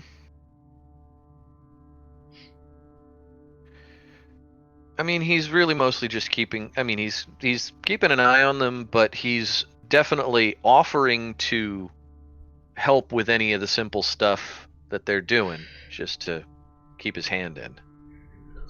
They would prefer to work on it their own. Yeah. It is basically a contractual safety issue. I get it. It makes sense. I wouldn't want to be held responsible for somebody else doing something stupid when I was doing my job. So. Gruff agreement. And I'll be right back. All right. Well, he'll hang on the ship. He's not gonna do the I'm gonna stand over your shoulder and watch what you do, because he knows how fucking annoying that is. But he's gonna, be in the general area, just to know what's going on, to be there just in case something goes crazy or anything like that, and just, ship's kind of his baby. He just wants to keep an eye on it. okay. He'll do his best to not be a pain in the ass. Alrighty. I was gonna switch to Cap, but Emma went AFK briefly. Colin is What do you get just for that? working on upgrading the med bay. How is she upgrading the med bay? She is using the parts they got from the fur. Since that was far more advanced stuff, she's basically integrating it Okay. and kind of beefing up the system, seeing that there were issues with that before. So it's mostly making it compatible, making sure everything is nice and safe. Okay. The pre-tech part she's using? Or the... It wasn't pre-tech. Remember, we disassembled... okay, no, you just mean the basically stuff you the got medical from bay their that med had bay. it. Yep. Yes, okay. That was more advanced than what we had. So that's what she's doing. Okay, got it.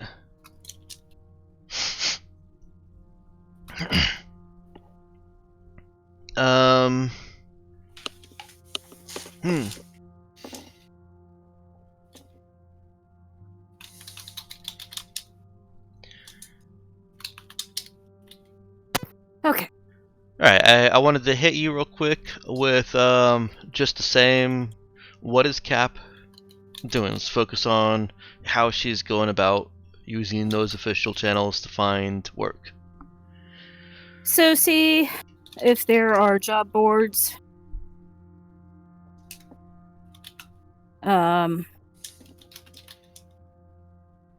If there's anything on the station, follow up with that. I could go and talk to people if there's work on the station itself, or there are people on the station looking. Okay. I'm going to start with that then.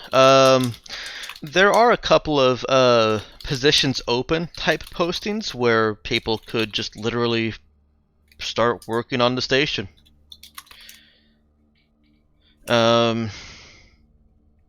There are also a couple of mercenary crew recruitment flyers. Yeah, not quite looking for that. Well, you're not looking for that, but the interesting thing about those is that they are mercenary crews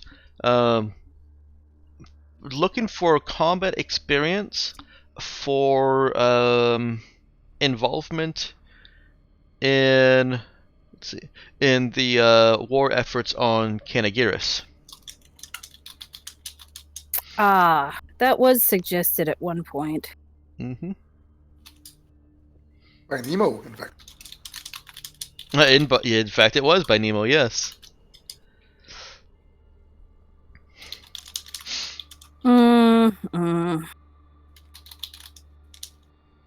Which Cap is not terribly keen about getting involved in a war.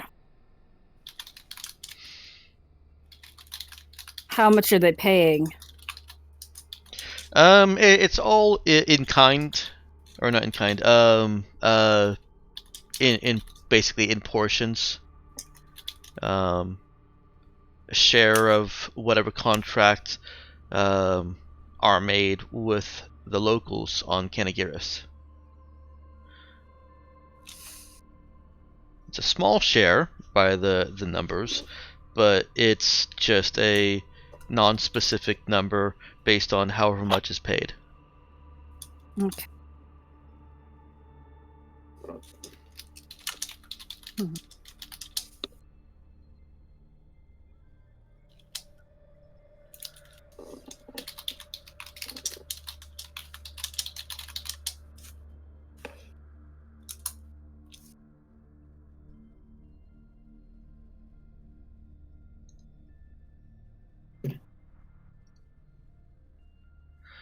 And those are people on the station. Or would we have to go down to the planet? No, those are actually people that appear to be docked here.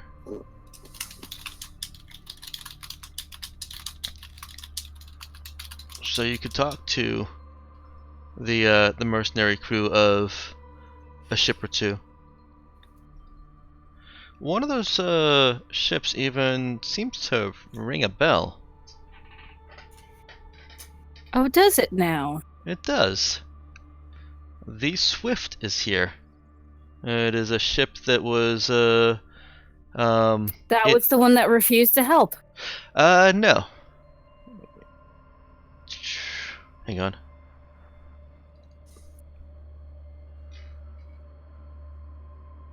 The Swift was a privateer ship. It was one that Colleen had identified as being mercenary with weapons. The one that refused to help was Flame of Slenny.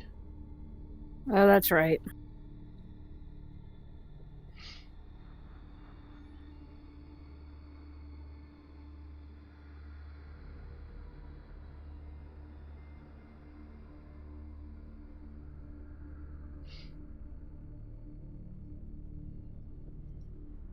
But we've heard of the Swift before. Mm-hmm. Hmm.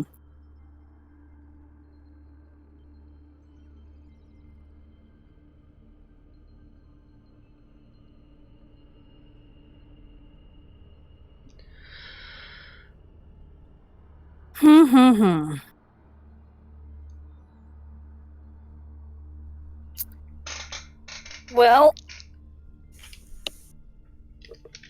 we can look into it. What exactly the jobs entail. Okay. You'd have to talk to the ship captains for that, or the mercenary captains. Yeah. The station agents don't really have a whole lot of information about them. Where are my notes? There we go.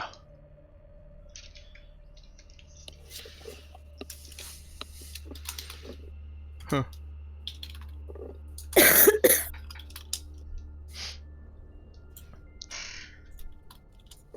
Let's jump over to Dude for a minute. Dude, it's been about a day. Well, it's the end of the day, and All right.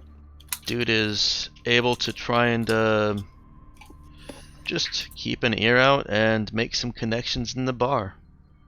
Yeah, be friendly, but trying not to be overt about it. I mean, honestly, he definitely is certainly looking out for bar buddies, friendly people, Mm-hmm. but he's not gonna walk over to tables in conversation. Hey, what are you guys talking about?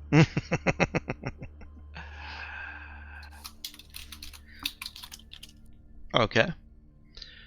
I'm going to, unless you've got anything specific to do during those bar runs, I'm going to let those just kind of accumulate over the week.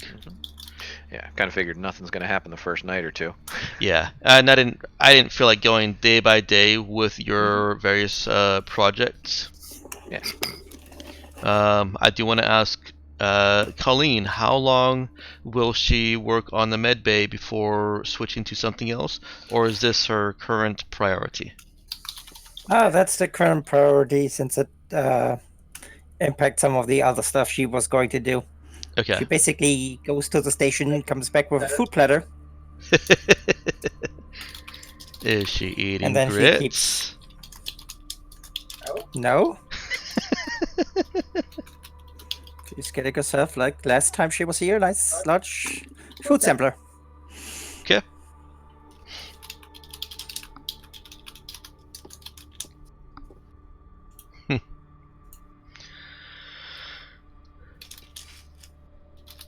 All right. Let's then start back with we'll go with Nemo and Eileen. What foci and skills are you using to support the investigative efforts you're taking?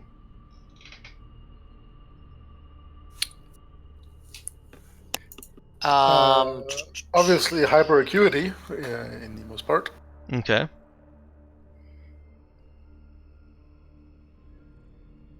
I guess I could be using the survive skill, and then my backstory that I was a cop for a brief period of time. Okay.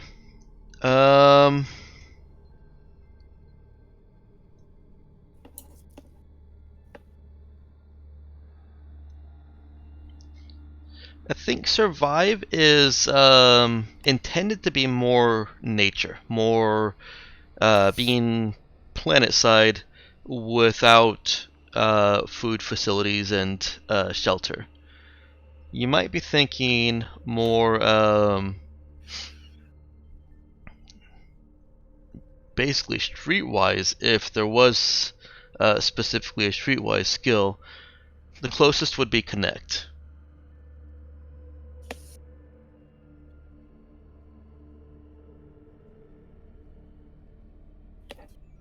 I'd let you use notice instead. Notice and what? Intelligence? For this, it would be wisdom, I think. Oh. I'm not sure I'll be much help, actually.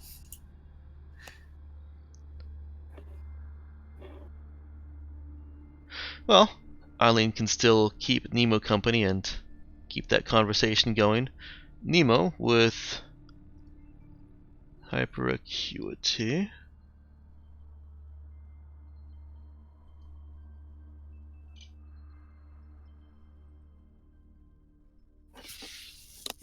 Where'd my stuff go?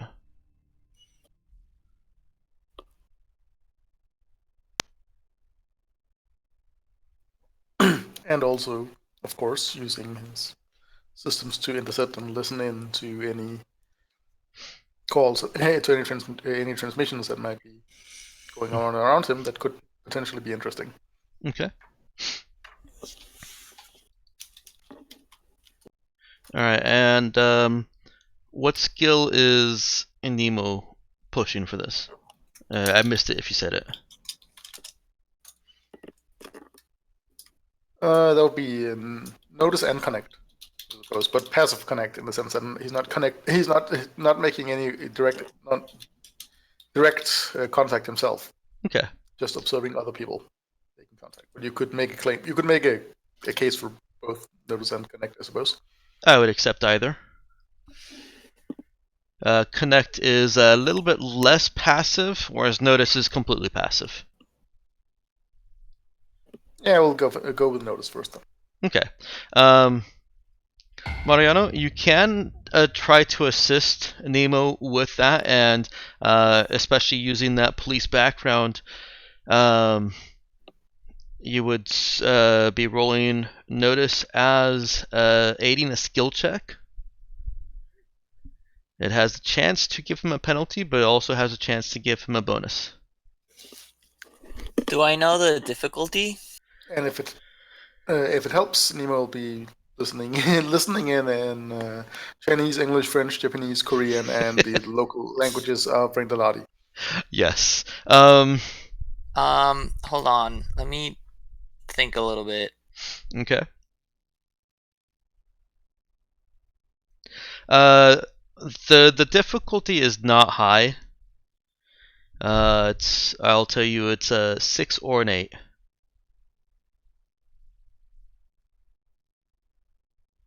I think a little bit more about exactly what it is that we're doing, and of more efficient ways to walk around the station, ask questions, and then I pretty much come up with a plan. Can I do that? You could, except Nemo is explicitly wanting to not talk to people. I make a plan that focuses on observation only and kind of like highlight areas where a lot of traffic goes. A lot of traffic goes by. Okay. Loading areas where people like might unpack things to see if like there's things that you can of interest, Sure. or just where people talk. So Eileen certainly has time to have gotten the layout of the station, and then spend, say, an hour or two, as long as Nemo will work with her on this. She can spend an hour or two kind of laying out areas of high traffic, places where Absolutely. the element that you're looking for is more likely to be loose-lipped, and create a strategic plan for gathering that information by observation. All right, I'm gonna roll administer plus my intelligence. Let me reread my thing real quick, because I think you don't roll that just yet. Oh, I accidentally rolled I see as that. not Aileen, but it says Aileen. It does. Planner.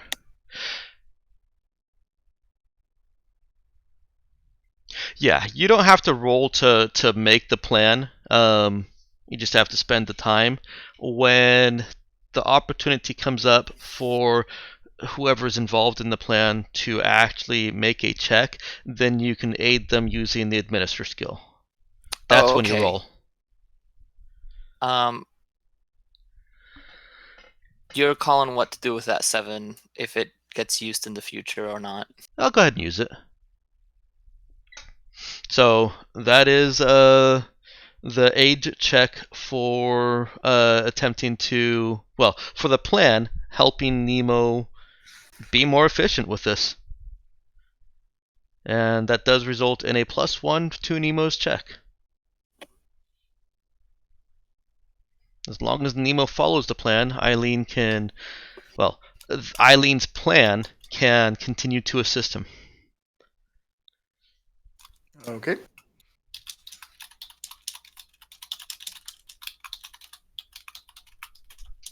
Yeah. Great use there, Mariano.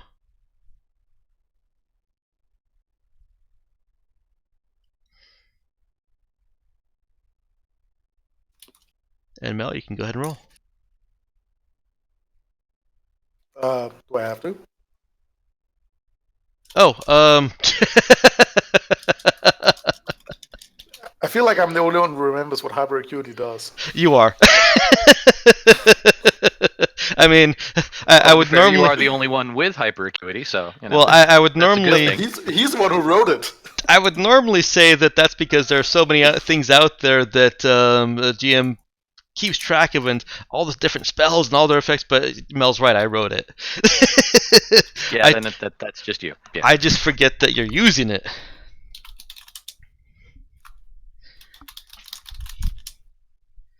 Now, I do remember that we changed it. So let me refresh myself.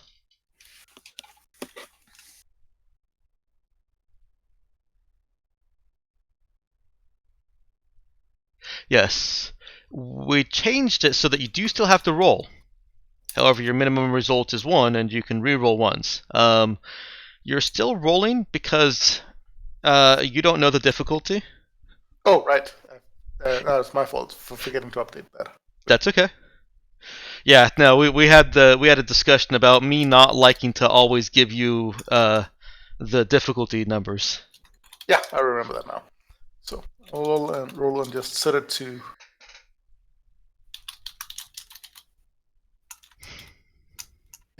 So notice int.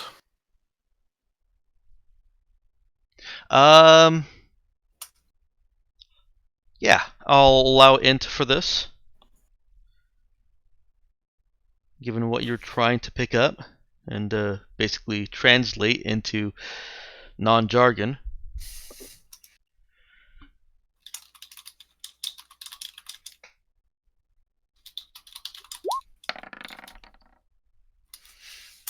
And your minimum result is an 8. No ones to reroll. Yes. Fortunately, an 8 or a 9 with that assist is sufficient for you to catch wind of a couple things. There is talk from you're getting second hand and third hand. People both crewing some of the ships that are docked here, and people that work here who have talked with some of the people that are crewing some of the ships that are and have docked here. There's money to be made on Kanagiris, and there's also, while dangerous, a lot of talk about. Pardon me, I need some water.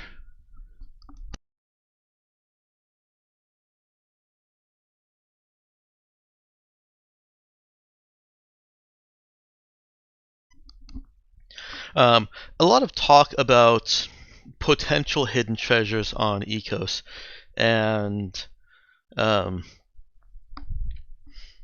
nobody's got stories, believable stories, of going to Ecos and coming back.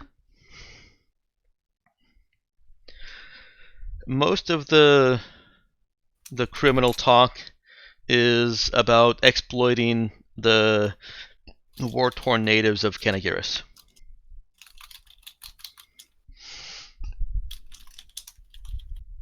Fueling their war, essentially. Nemo gets a couple of he pulls out a couple of locations that you guys could land if you wanted to engage in certain of the factions. And he gets an idea of what the fights down there are about, and they come back to Ecos. Apparently, some of the people down on Kanagiris believe that the inhabitants of Ecos are gods, and others don't believe so, or just think that the interpretation. So they're fighting a religious war over it. Yeah.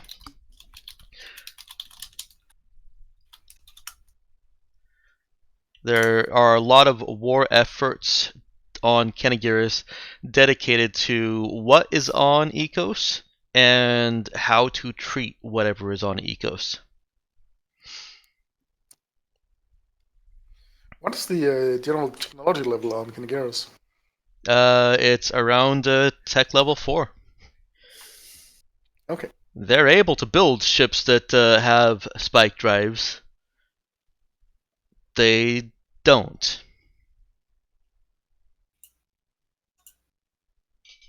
And they should, in theory, be able to explore ecos, but they don't. There are, the folks from Kanagiris, the chatter that you hear, like I said, does not provide any kind of reliable or credible story of anyone, either from outside or from Kanagiris, going to Ecos and coming back alive. Well, considering the limited distance between the two planets, they should easily be able to communicate with ecos. That's reasonable. Isn't Ecos the one with the dead dust? No, that's a whole system away. Oh yeah, sorry. Because that's the That's one okay. with the burning atmosphere and the shipwrecks. It is. We had the other thought of, maybe we could salvage there, and then we went, ooh, let's try the other place.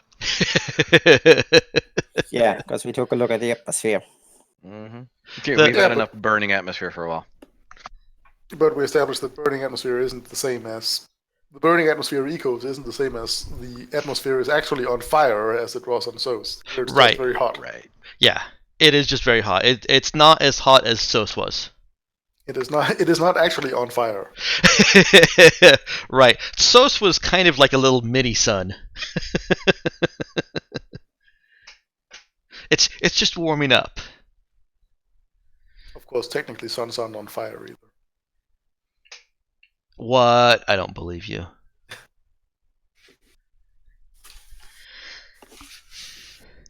Unless by saying that you mean they're simply too hot for fire. The process that goes on in the sun is not fire. They are not actually burning. That's not what all those cute little clip art images of suns with shades on them represent. So I don't believe it.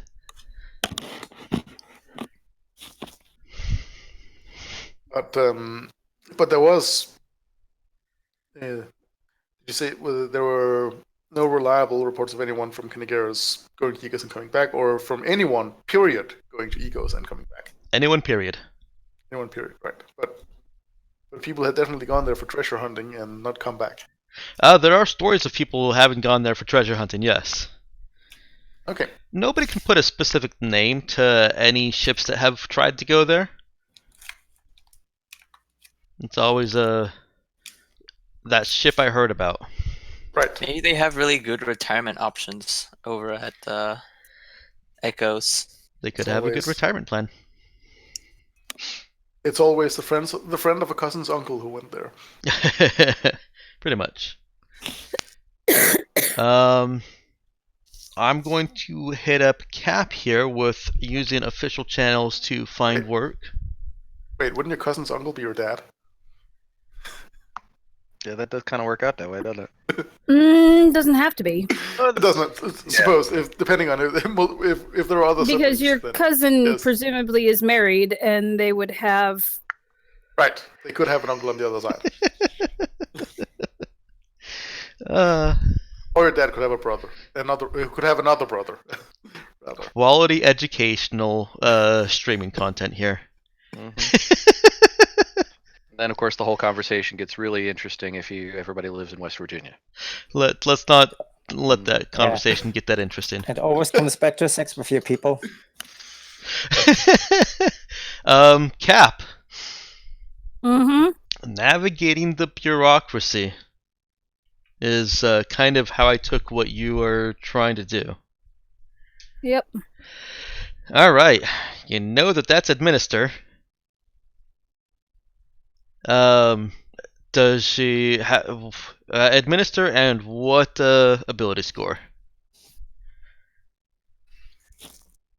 How is she doing it? Intelligence, probably. Okay. She can try and just intellect her way through the process.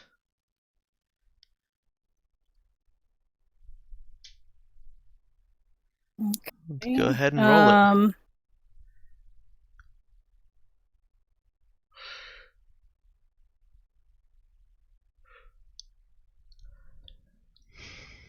Where is my character? Cap. Yes. I said, where's my character sheet? Oh. You'd broken up for the last part, so I just assumed you said name. All right, so what did we say? We said administer. No. Mm-hmm. Yeah, administer. Administer int is what you were saying, yeah. Yep.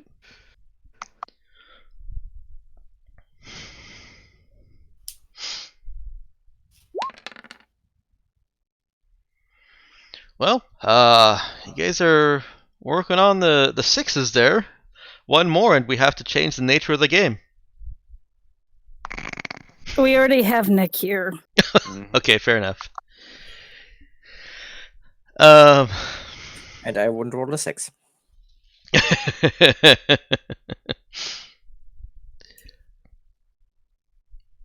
Cap is she's not stonewalled. Everyone here on Gorman Station seems to be pleasant enough, but they're not really playing ball with things that aren't clear and evident. And so what Cap gets from her efforts is that there's not a whole lot of confirmed activity. There are the mercenary ship postings, but they're not official work, so Gorman isn't, you talk to somebody and they're more inclined to say, Go talk to the ship. yes. That's not anything official as far as Gorman Station is concerned. They're keeping a fairly distinct separation between, well, this might be a thing, and this is definitely a thing in contract. They're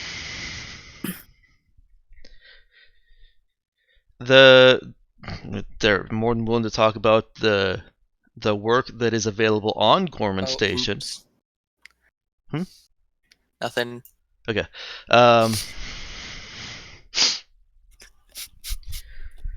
But that's pretty much it. Okay. I'll throw one more thing out there because Cap is at least somewhat observant about this. Gorman likes their kind of like Mona. They like their disconnectedness. They're very deliberately not taking any kind of sides. So you can post for work here for workers here if you want to, but well, they have rules regarding that. It can't be anything that is explicitly illegal according to galactic mandate, or you can't include that on the posting. Which is fair.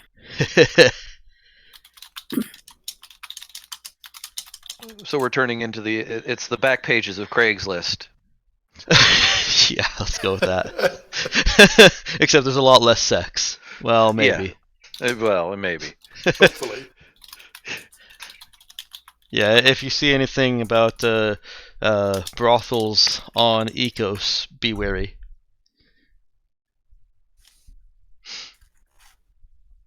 And dude is just trying to connect. Are you using any foci to aid in making those connections and get information?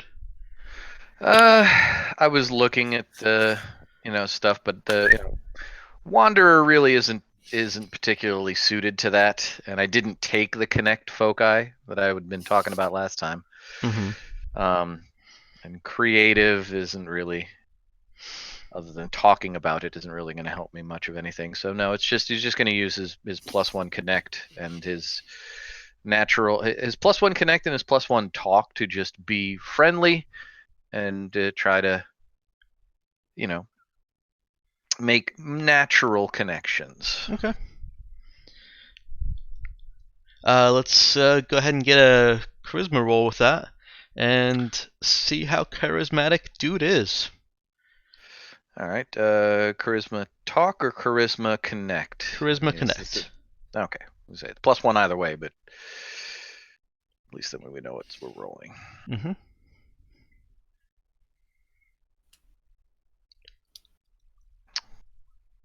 Too bad I got a +0 in charisma.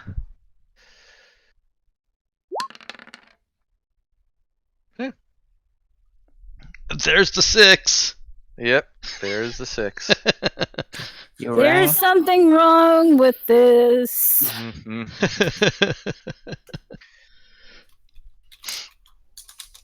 Okay.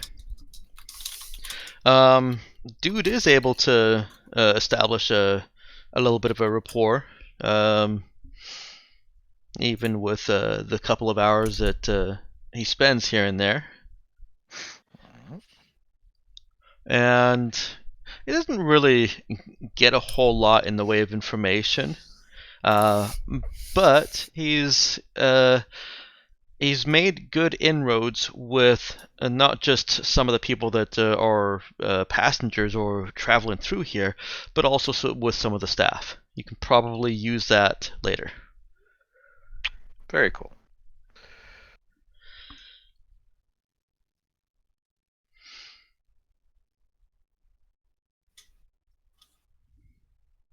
Well, that's good.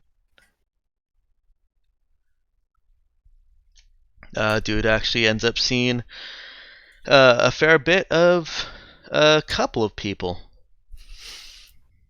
Many of the early admin staff kind of are on the same schedule. He sees Brittany a couple times.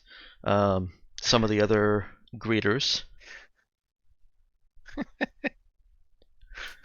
Sorry, my head mentally fills in anytime I hear the name Brittany. Oh my god.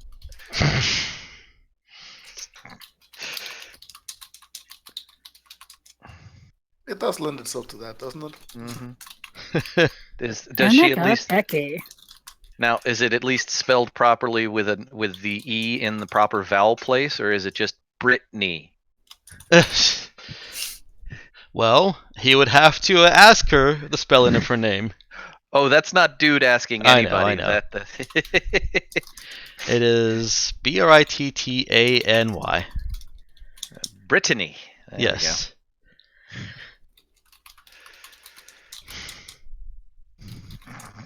Because yes, Brittany would be. Oh my god. Oh my god, Becky, look at her butt. Sorry. Very well done. Yeah, a little bit scarily well done. Well, you are Californians, aren't you? I'm Yes. Californian by move. I'm from the East Coast originally, but that one song was on the radio a lot when I was a young boy. Yes, it was. And I did see the movie Valley Girl a couple of times. And I was a skate rat, so yeah, you pick this stuff up. Yeah, well, he's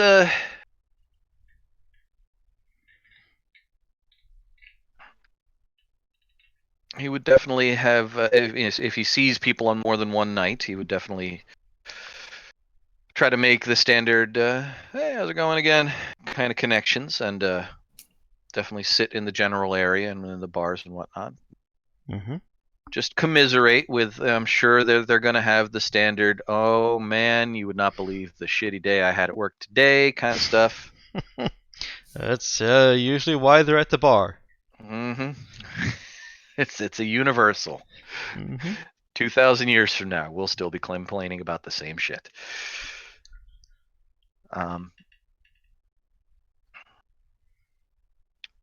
Yeah. Again, like I said, if he's keeping an ear out to see if anybody has any, even talks about, having picked up side jobs or anything like that, just to see if he gets any hints about it. But if not, he's just keeping a weather eye out for how people are, if anybody's even talking about us. Okay.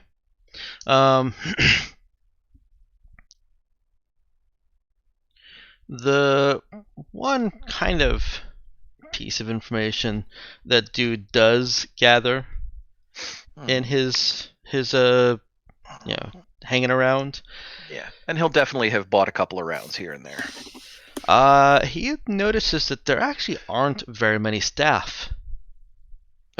Sees a lot of the same faces. Uh-huh. He can figure that there are maybe 12 to 24 actual staff on the station. Huh. It is pretty small. Mm-hmm.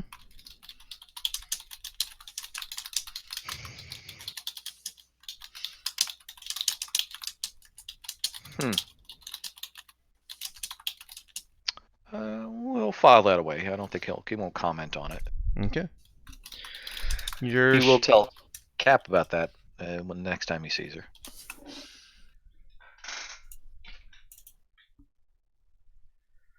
Sorry, I interrupted.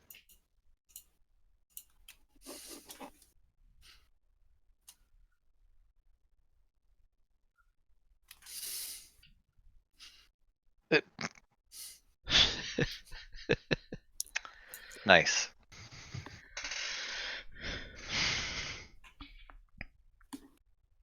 But yeah, you were saying something, and then I. No, I wasn't. I was reading that, and I was gonna say, yeah. Your ship maintenance is done. You have a little bit more information to plan your next action. Yeah. Although, Emma, if you want, I would give Cap a little bit more time to do other things throughout the week. Basically, let her recognize how the administrative staff of Gorman kind of operate and cut her losses to do something else if you want. Really, I think the only options open to us are ones that she doesn't particularly care for. Which is the bounty hunting, but or not bounty hunting, but participating in the war. But that's something that, she would probably talk things over with the regular crew. Okay. I will say that at some point, just before the maintenance was all finished up, dude would have tracked Cap down on the ship after he'd come back from the bar one night.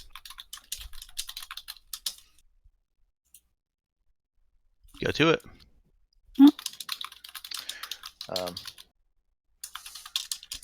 Does Cap spend any time in the common area, or does she usually pretty much either on the bridge or in her room? No, she spends time in the common area. Okay.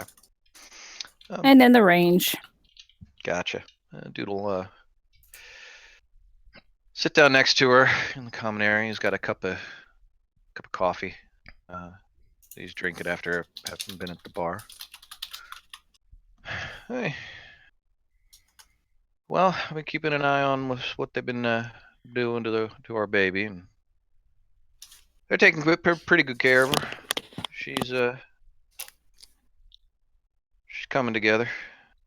They haven't messed anything up. I'm keeping an eye out. No fire alarms or anything. What's the bar scene like? Hang on there, Mariano. Actually, was that Eileen? Oh yeah, was that in nearby, character? or? Oh, whenever we have, or are we about to leave?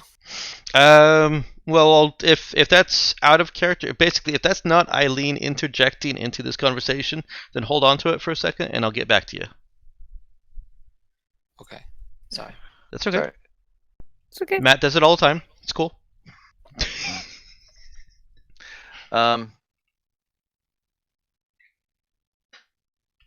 Yeah, I think we're coming together nicely. I don't know if you've run into it. I've kind of noticed they ain't really got a lot of people running this place.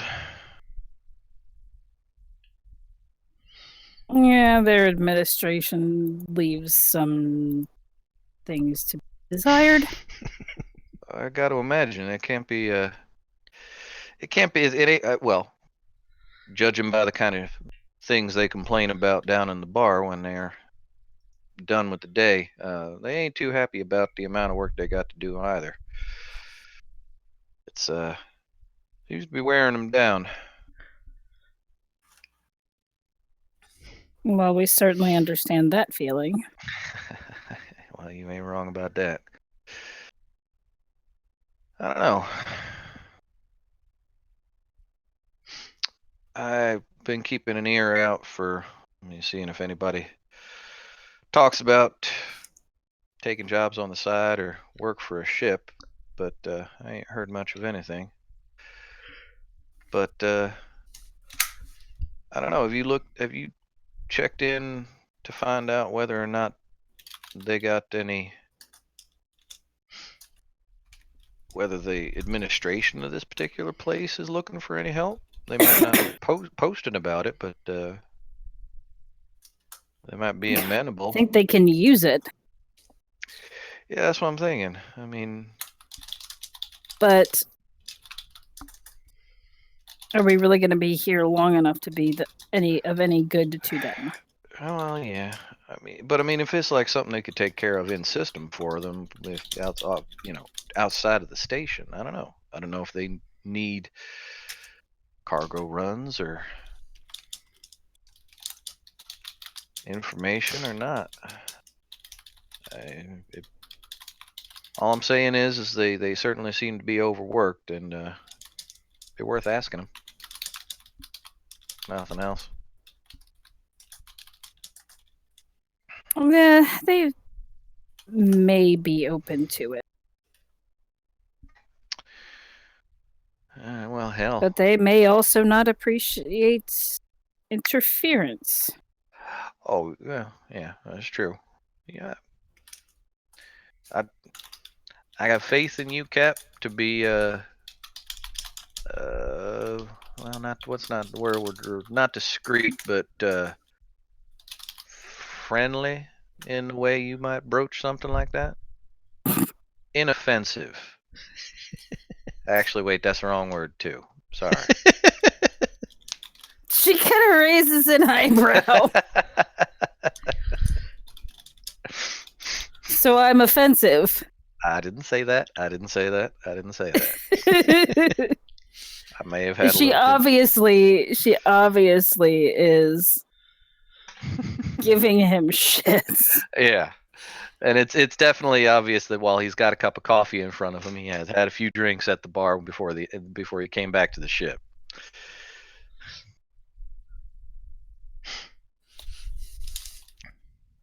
I know you know how to handle people. Can't imagine it's fun all the time, but no, most of the time it's not. In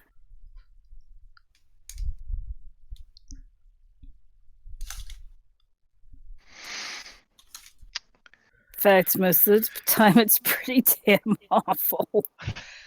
There's a reason I hang out in the guts of the ship. But well, I mean, hell, you could certainly join me one of these nights.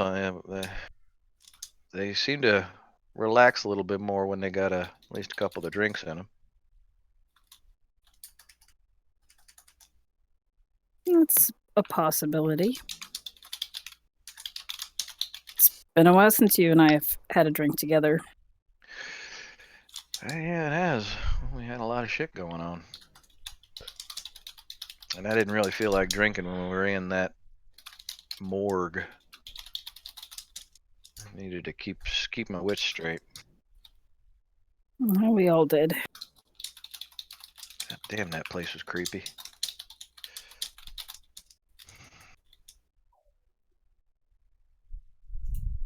Well, ancient ship ruins, hundreds of years old. Yeah.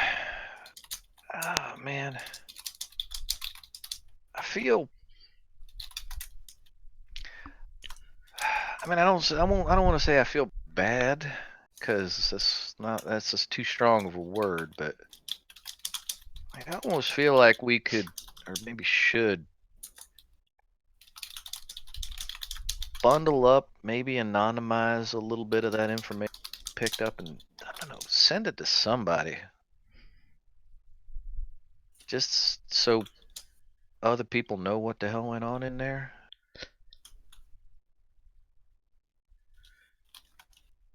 Like, I'm sure there's some professor on some planet somewhere that'd be able to do a hell of a lot with just knowing that something like that went on in that area. Well, it's information we can sell. That is Or true. just give. Yeah, that's a bargaining chip. Well, that's why you're the captain. I'm just the grease monkey. You're more than just a grease monkey. Yeah, well, I'm the in-flight entertainment system too.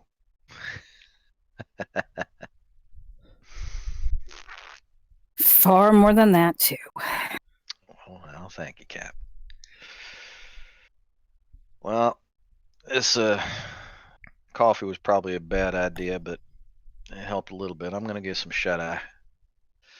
Let me know if you wanna. I feel like we got maybe another day or so before they're finished up on us. So let me know if you want to come along. I'd like that. All right. And dude heads for bed. Um.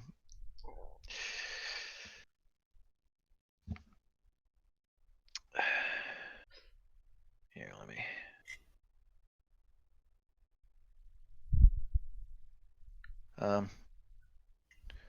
Eileen would have gotten a that night. Would have gotten a response text on her TAD.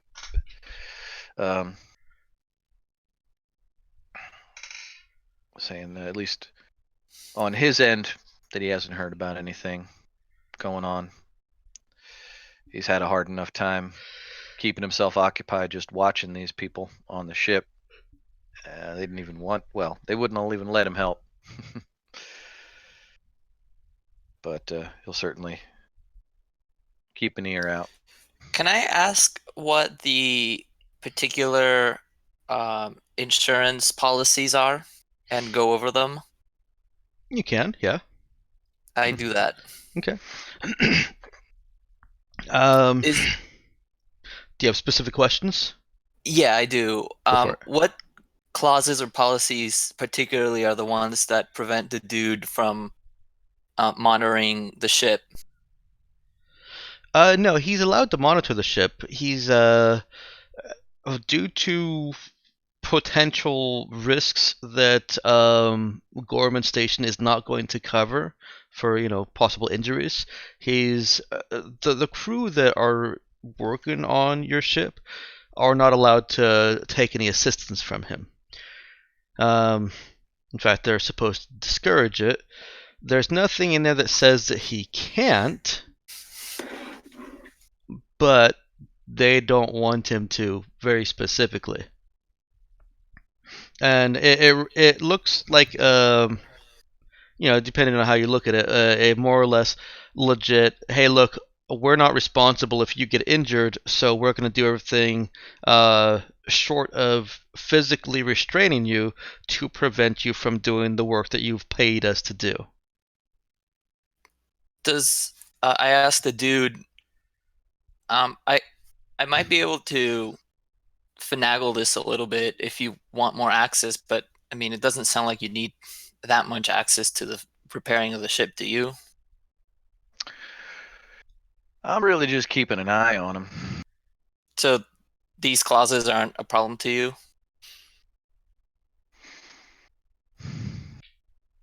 Nah, doesn't seem to be. Okay.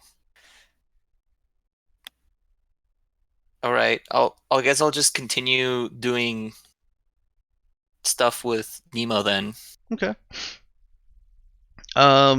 Aside from Colleen, who has taken on another long-term project, all of you are pretty much done with what you were trying to do by the final day that they're making their maintenance. Like, they've got one more 4-hour session scheduled the next morning, so that they can go over everything, do final diagnostics for the third time. And so you've got one day that you all could just go to the bar. I go to the bar. There's no Mountain Dew. Just don't even ask. I look for Space Fizz, my regional favorite. You asked earlier what the bar scene was, and I asked you to hold on for a minute. The bar scene is a combination of a few workers, a bartender obviously, and some wait staff. Usually just one wait staff, and whatever spacers happen to have their ships here. Right now that well, you guys are mostly Dude, and a couple of others coming in and out.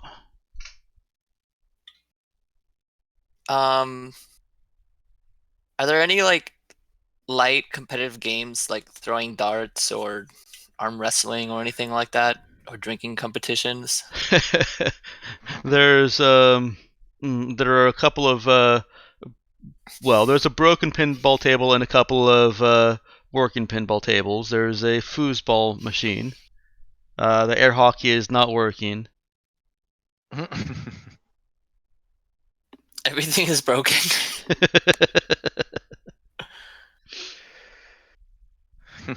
And a pool table, which technically can't break mechanically, that is not in disrepair. It's in good maintenance. You can scratch the felt up pretty well on a. Yeah, but it can't get broken like a pinball machine can get broken. I suppose. It just becomes less good.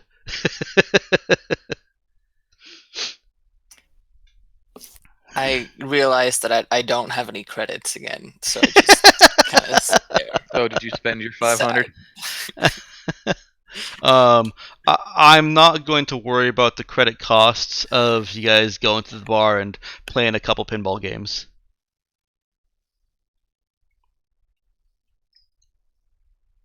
So you don't have to worry about that.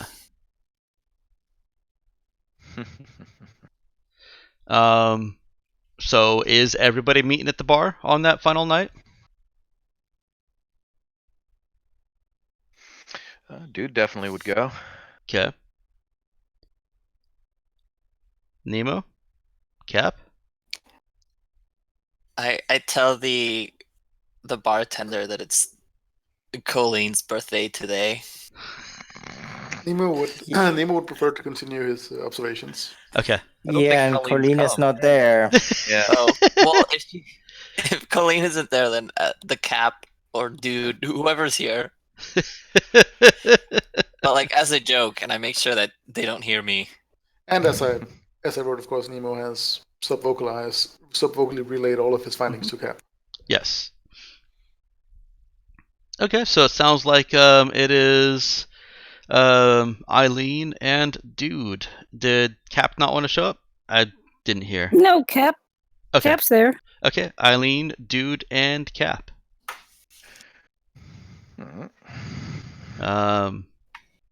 I'll say also, as long as you let them off the ship, that Tom and Vander wouldn't mind a drink. No, you can't leave the ship. What about poor Clark?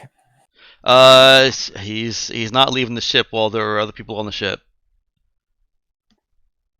He doesn't trust the people you've brought on. He's certainly not going to trust people who are brought on even more temporarily. AFK just a moment. Okay. All right. The wait staff think that it's Dude's birthday for some reason. In any of the supplementary information that we managed to pick up, did we ever actually get our actual birth dates? I believe that was asked, and I believe the answer was no. Not specifically like that, but one of us is a minor celebrity. So we would have that information when I was looking into Dude. Yes, that is true. Everyone else is mysterious. Oh, Unless that yeah, was that's correct in the right. records. We're Yeah. getting a little bit of echo, by the way. Yeah, that's from Okay. Dude would have Sorry. been sort of a minor okay. celebrity. Mm-hmm. But I mean, do we find out the birthdays of some of these? Well, I guess they would, yeah. Yeah, Well, many of those. these. Here's the info about the crazed, so and so, whatever. Mm-hmm.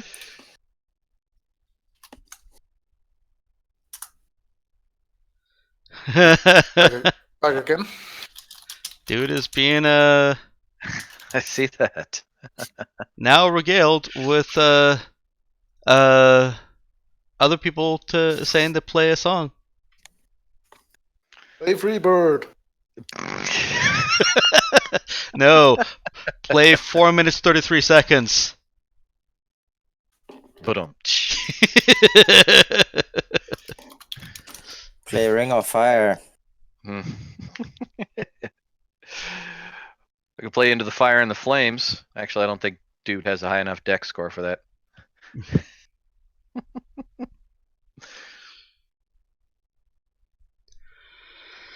I'm pretty sure Freebird didn't survive the scream. What? How would it not? Actually, chances are it would, with all the old movies and shows that Colleen has that would reference the song, that would play the song. The chance is in there somewhere. Uh-huh.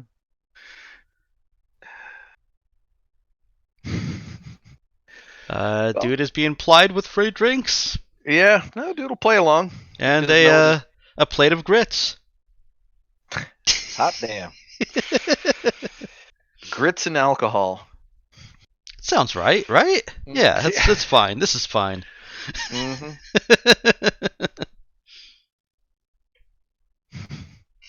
It'll feel like breakfast.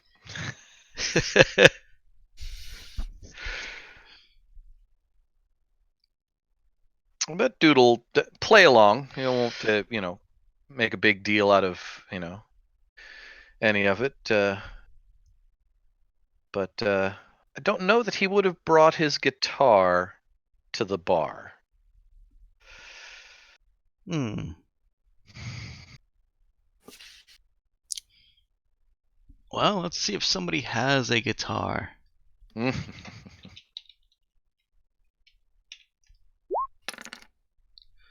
Yes. Yes, they do. They have a really large banjo, electric banjo.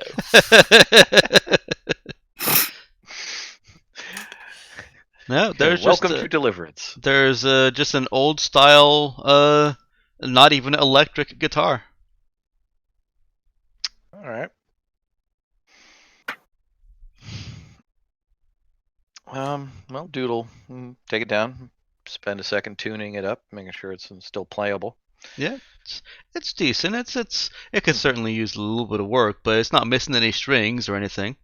Right, yeah, but unless somebody played it like yesterday, it almost certainly would have drifted at least a little out of tune. So Yeah. tunes back up, and It doesn't have any unexpected holes. Now that everybody's drinking and listening to music, I asked the people around like where they're coming from, where they're going, just general small talk. And then after that I go back to the ship, I guess. Okay. Mhm. Okay. Dude, Cap. Hang out Once for a while. once he's finished with the getting congratulated on his birthday, dude would actually, I feel like he would have at least made nodding, hey, how's it going, acquaintances with the regulars, Mm-hmm. including some of the staff, and dude would have introduced Cap, although she's probably at least met one or two of them She in has regular. the administrative. But Cap's actually had a fair decent amount of interaction with Brittany, and I didn't pull names out for any of the others. She's just the one that was introduced to you first, but and others. Right. Dude'll try to steer the conversation-ish more along the lines of commiserating about bullshit work and whatnot.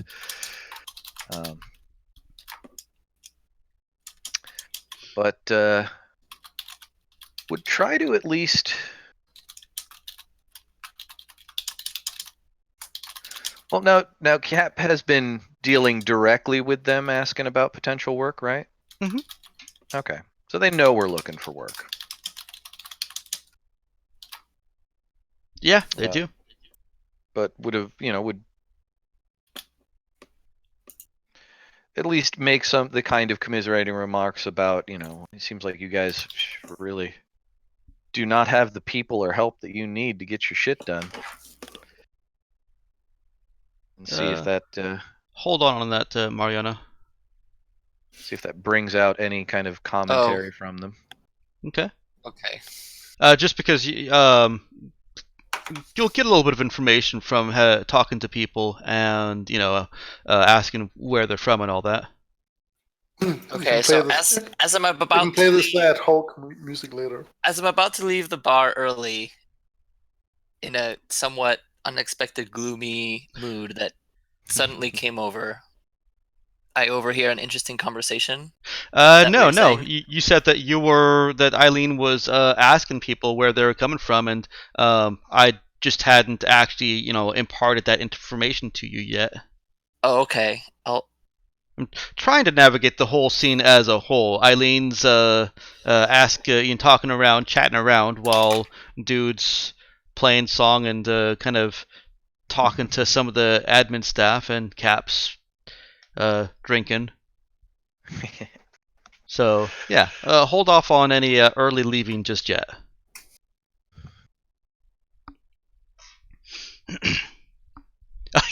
You didn't have to delete it, but that works too. There isn't too much that catches your attention with some of the mercenary crew. They're not like withholding necessarily, but they're just from different systems, from different planets, and none of them really strike Eileen's attention, except for when one of the crew that you recognize from the Swift says that their captain grew up with the president of Tsos, or the chief of operations of Tsos, on Korafali, and is. Hang on. Yeah, I think it's Korafali. I'm gonna have to look at my notes real quick. Anyways, grew up with the president of the chief of operations of Tsos.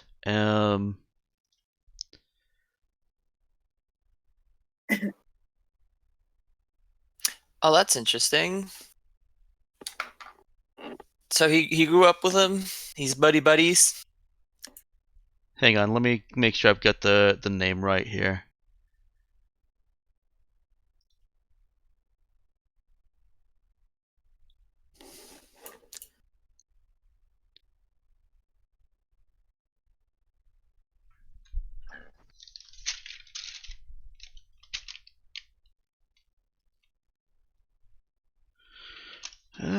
One moment, please. Uno momento, por favor.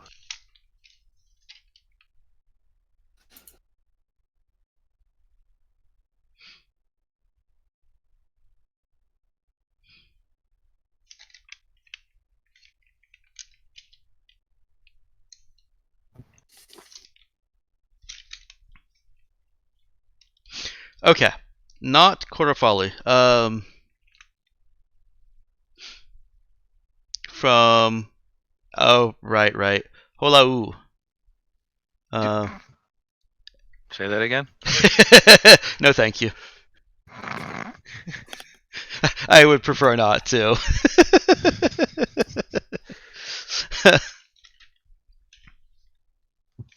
Let's see where it is on this actual map.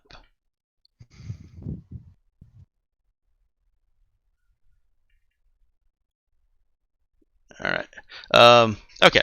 Sorry for that. Had my planets mixed up because there are so many of them. Damn it. It's a common problem. No one to blame but yourself. Wow. Yeah, I know.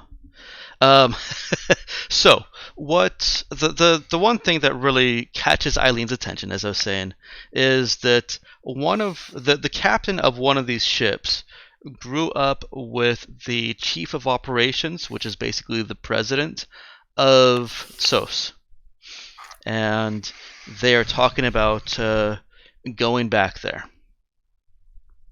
Oh, what for, may I ask? The captain, you're talking to a scrappy younger man. He says that his captain just wants to go back. It's just a short stop before we pick up more work. Oh, that's cool. Yeah, no, I get it. The Saws is really beautiful to go visit every now and then, except for the fact that It's on fire. it's burning. But it's also a tourist destination for some spacefarers. Are there any scholars or philosopher or artists that are joining your crew to get there, or that's usually what happens? Zumi thinks he's a scholar, but he's just obsessed. What is he obsessed about? Stupid aliens. It's stupid. Oh, Any- you like aliens. You like aliens too? You should talk to Zumi. Yeah. No, I mean, Some it does aliens are have cool. aliens. Like SOS aliens are cool.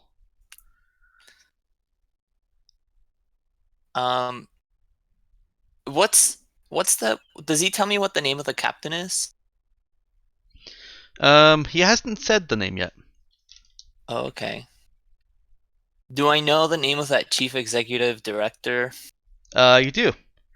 You know that her name was Kaitan Toai.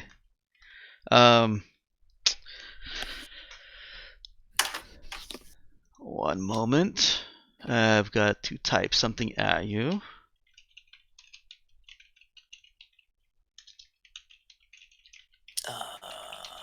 Character.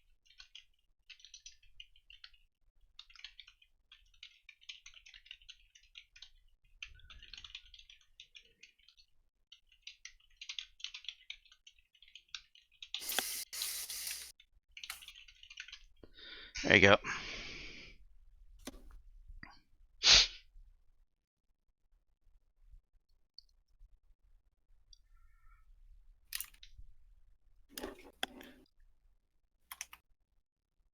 Oh, okay.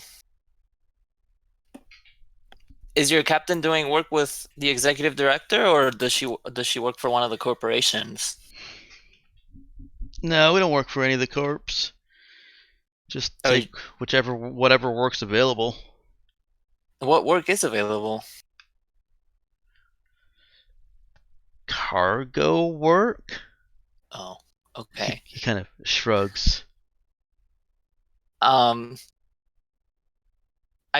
text to the other party members that if we're interested in doing cargo work, these guys the captain of this particular ship might have some info that they could share. Okay. And then that's it. Okay. Eileen's had enough. And then I introduce him to, I don't know, the dude. Okay. Dude and Cap are right there. Eileen is introducing a young man that has introduced himself finally as Luigi. Shut up. I didn't say anything. I don't think we have to say anything. It came up in a random name generator. It wasn't Luigi as a random name generator. The name generator kind of just puts a whole bunch of consonants and sounds together. And I looked at that and said, huh, that looks like Luigi. So I took out a few letters. That's one way to do it.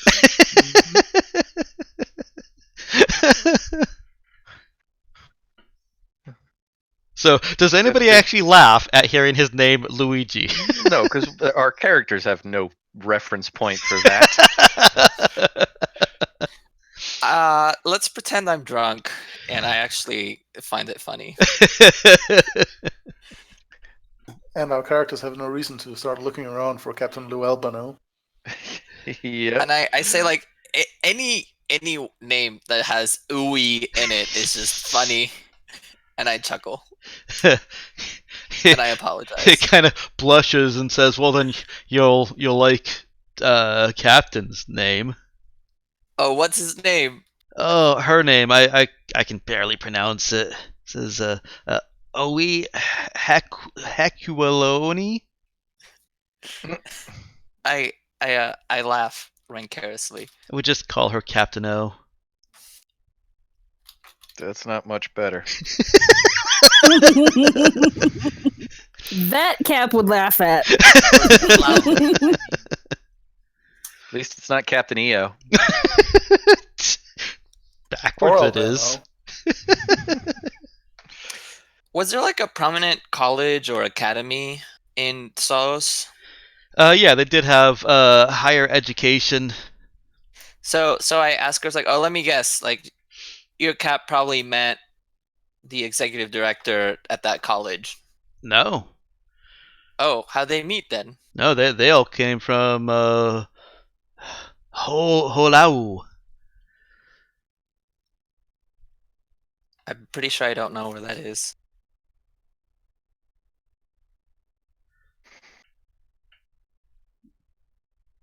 Hang on.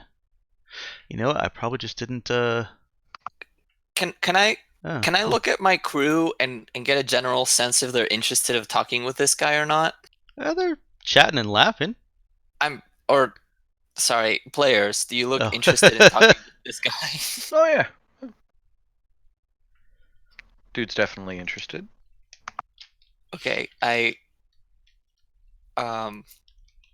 let dude ask more questions. Dude, you're allowed to ask more questions.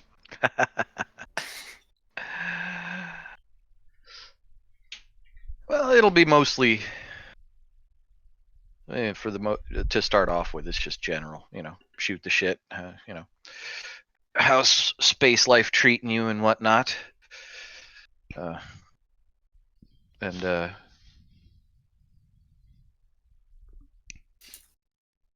if he brings it around to the kind of cargo work they're doing, sort of he'll give it the spin of, well, that sounds really interesting.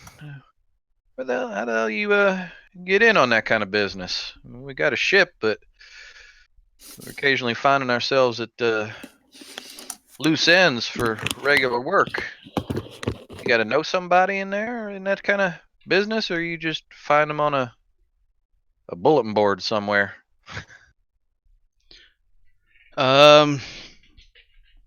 Well, he says that he's just a hired gun.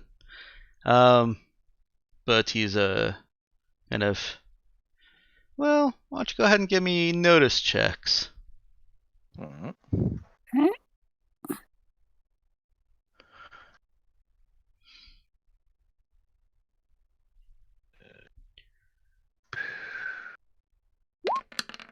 No choice.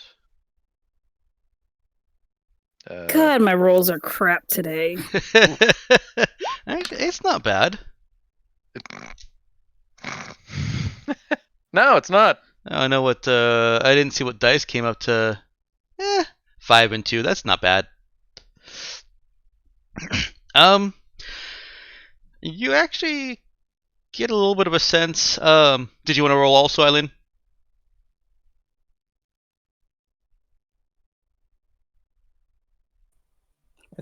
I went to He's the in the bathroom. back. Yep. Oh, I missed that. Okay.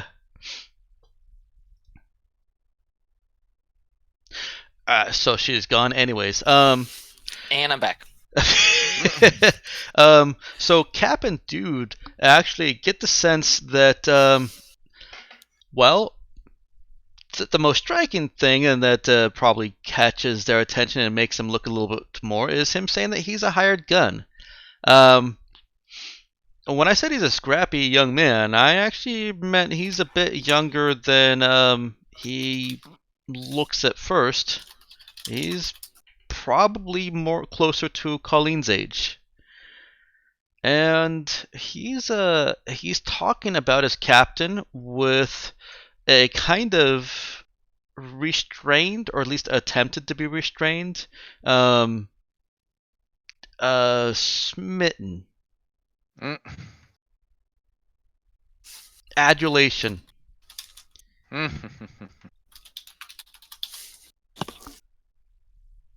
He apparently he has very much looks up to her, and or is in love with her. But he's not, going overboard with all of that.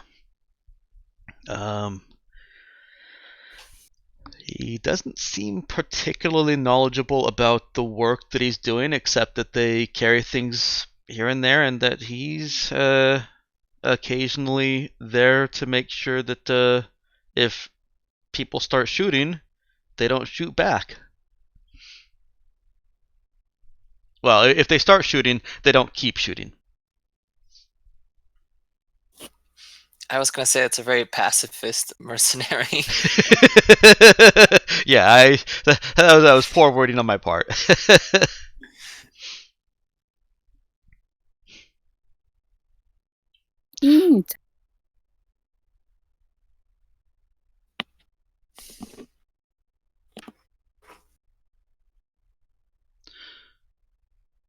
As the drinks continue, he more openly gushes about his captain.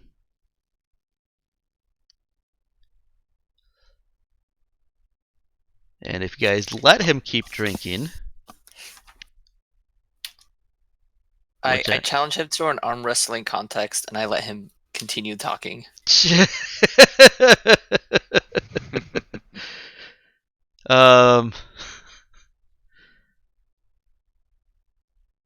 Huh.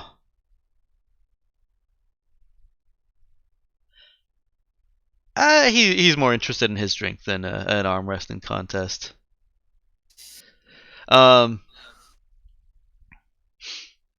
He starts professing his love for his captain. You're not really getting a whole lot of information out of him at this point. Cap but is amused. apparently she is a shining beacon of power, grace, and beauty. Uh-huh.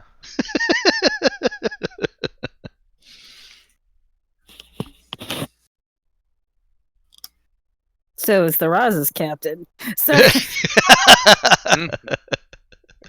just kidding. No, you're not. Mostly.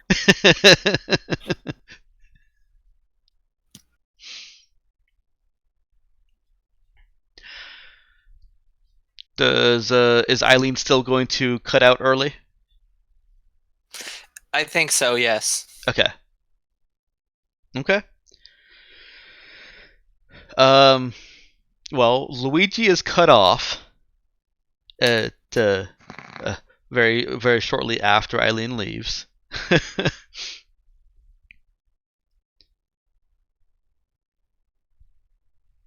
And he is escorted by one of the admin staff back to his ship, where he requested to go instead of any kind of on-station quarters.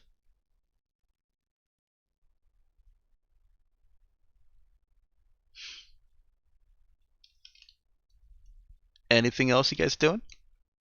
No.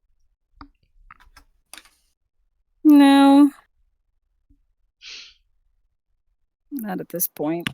Did he at any point answer the how did you get into the cargo line of work? Not really.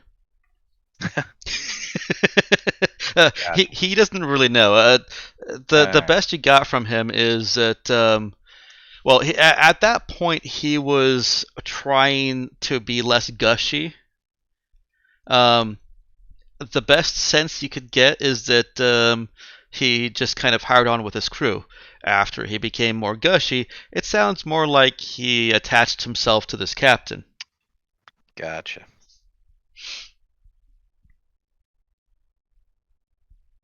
All right. Dude, at least files that away. Or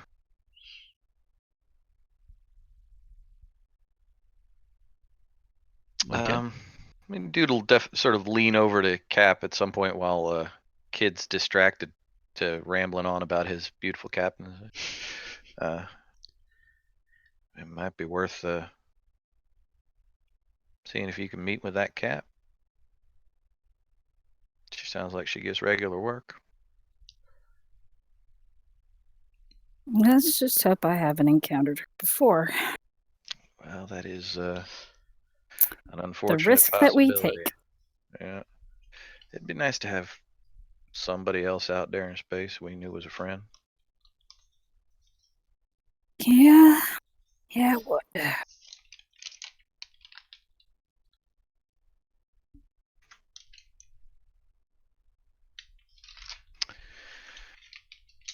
But yeah, that kind of finishes off the night for Dude. Okay. We'll go ahead and end the session here with you guys being able to leave, go somewhere else, and the next day, just shortly after morning. They start early and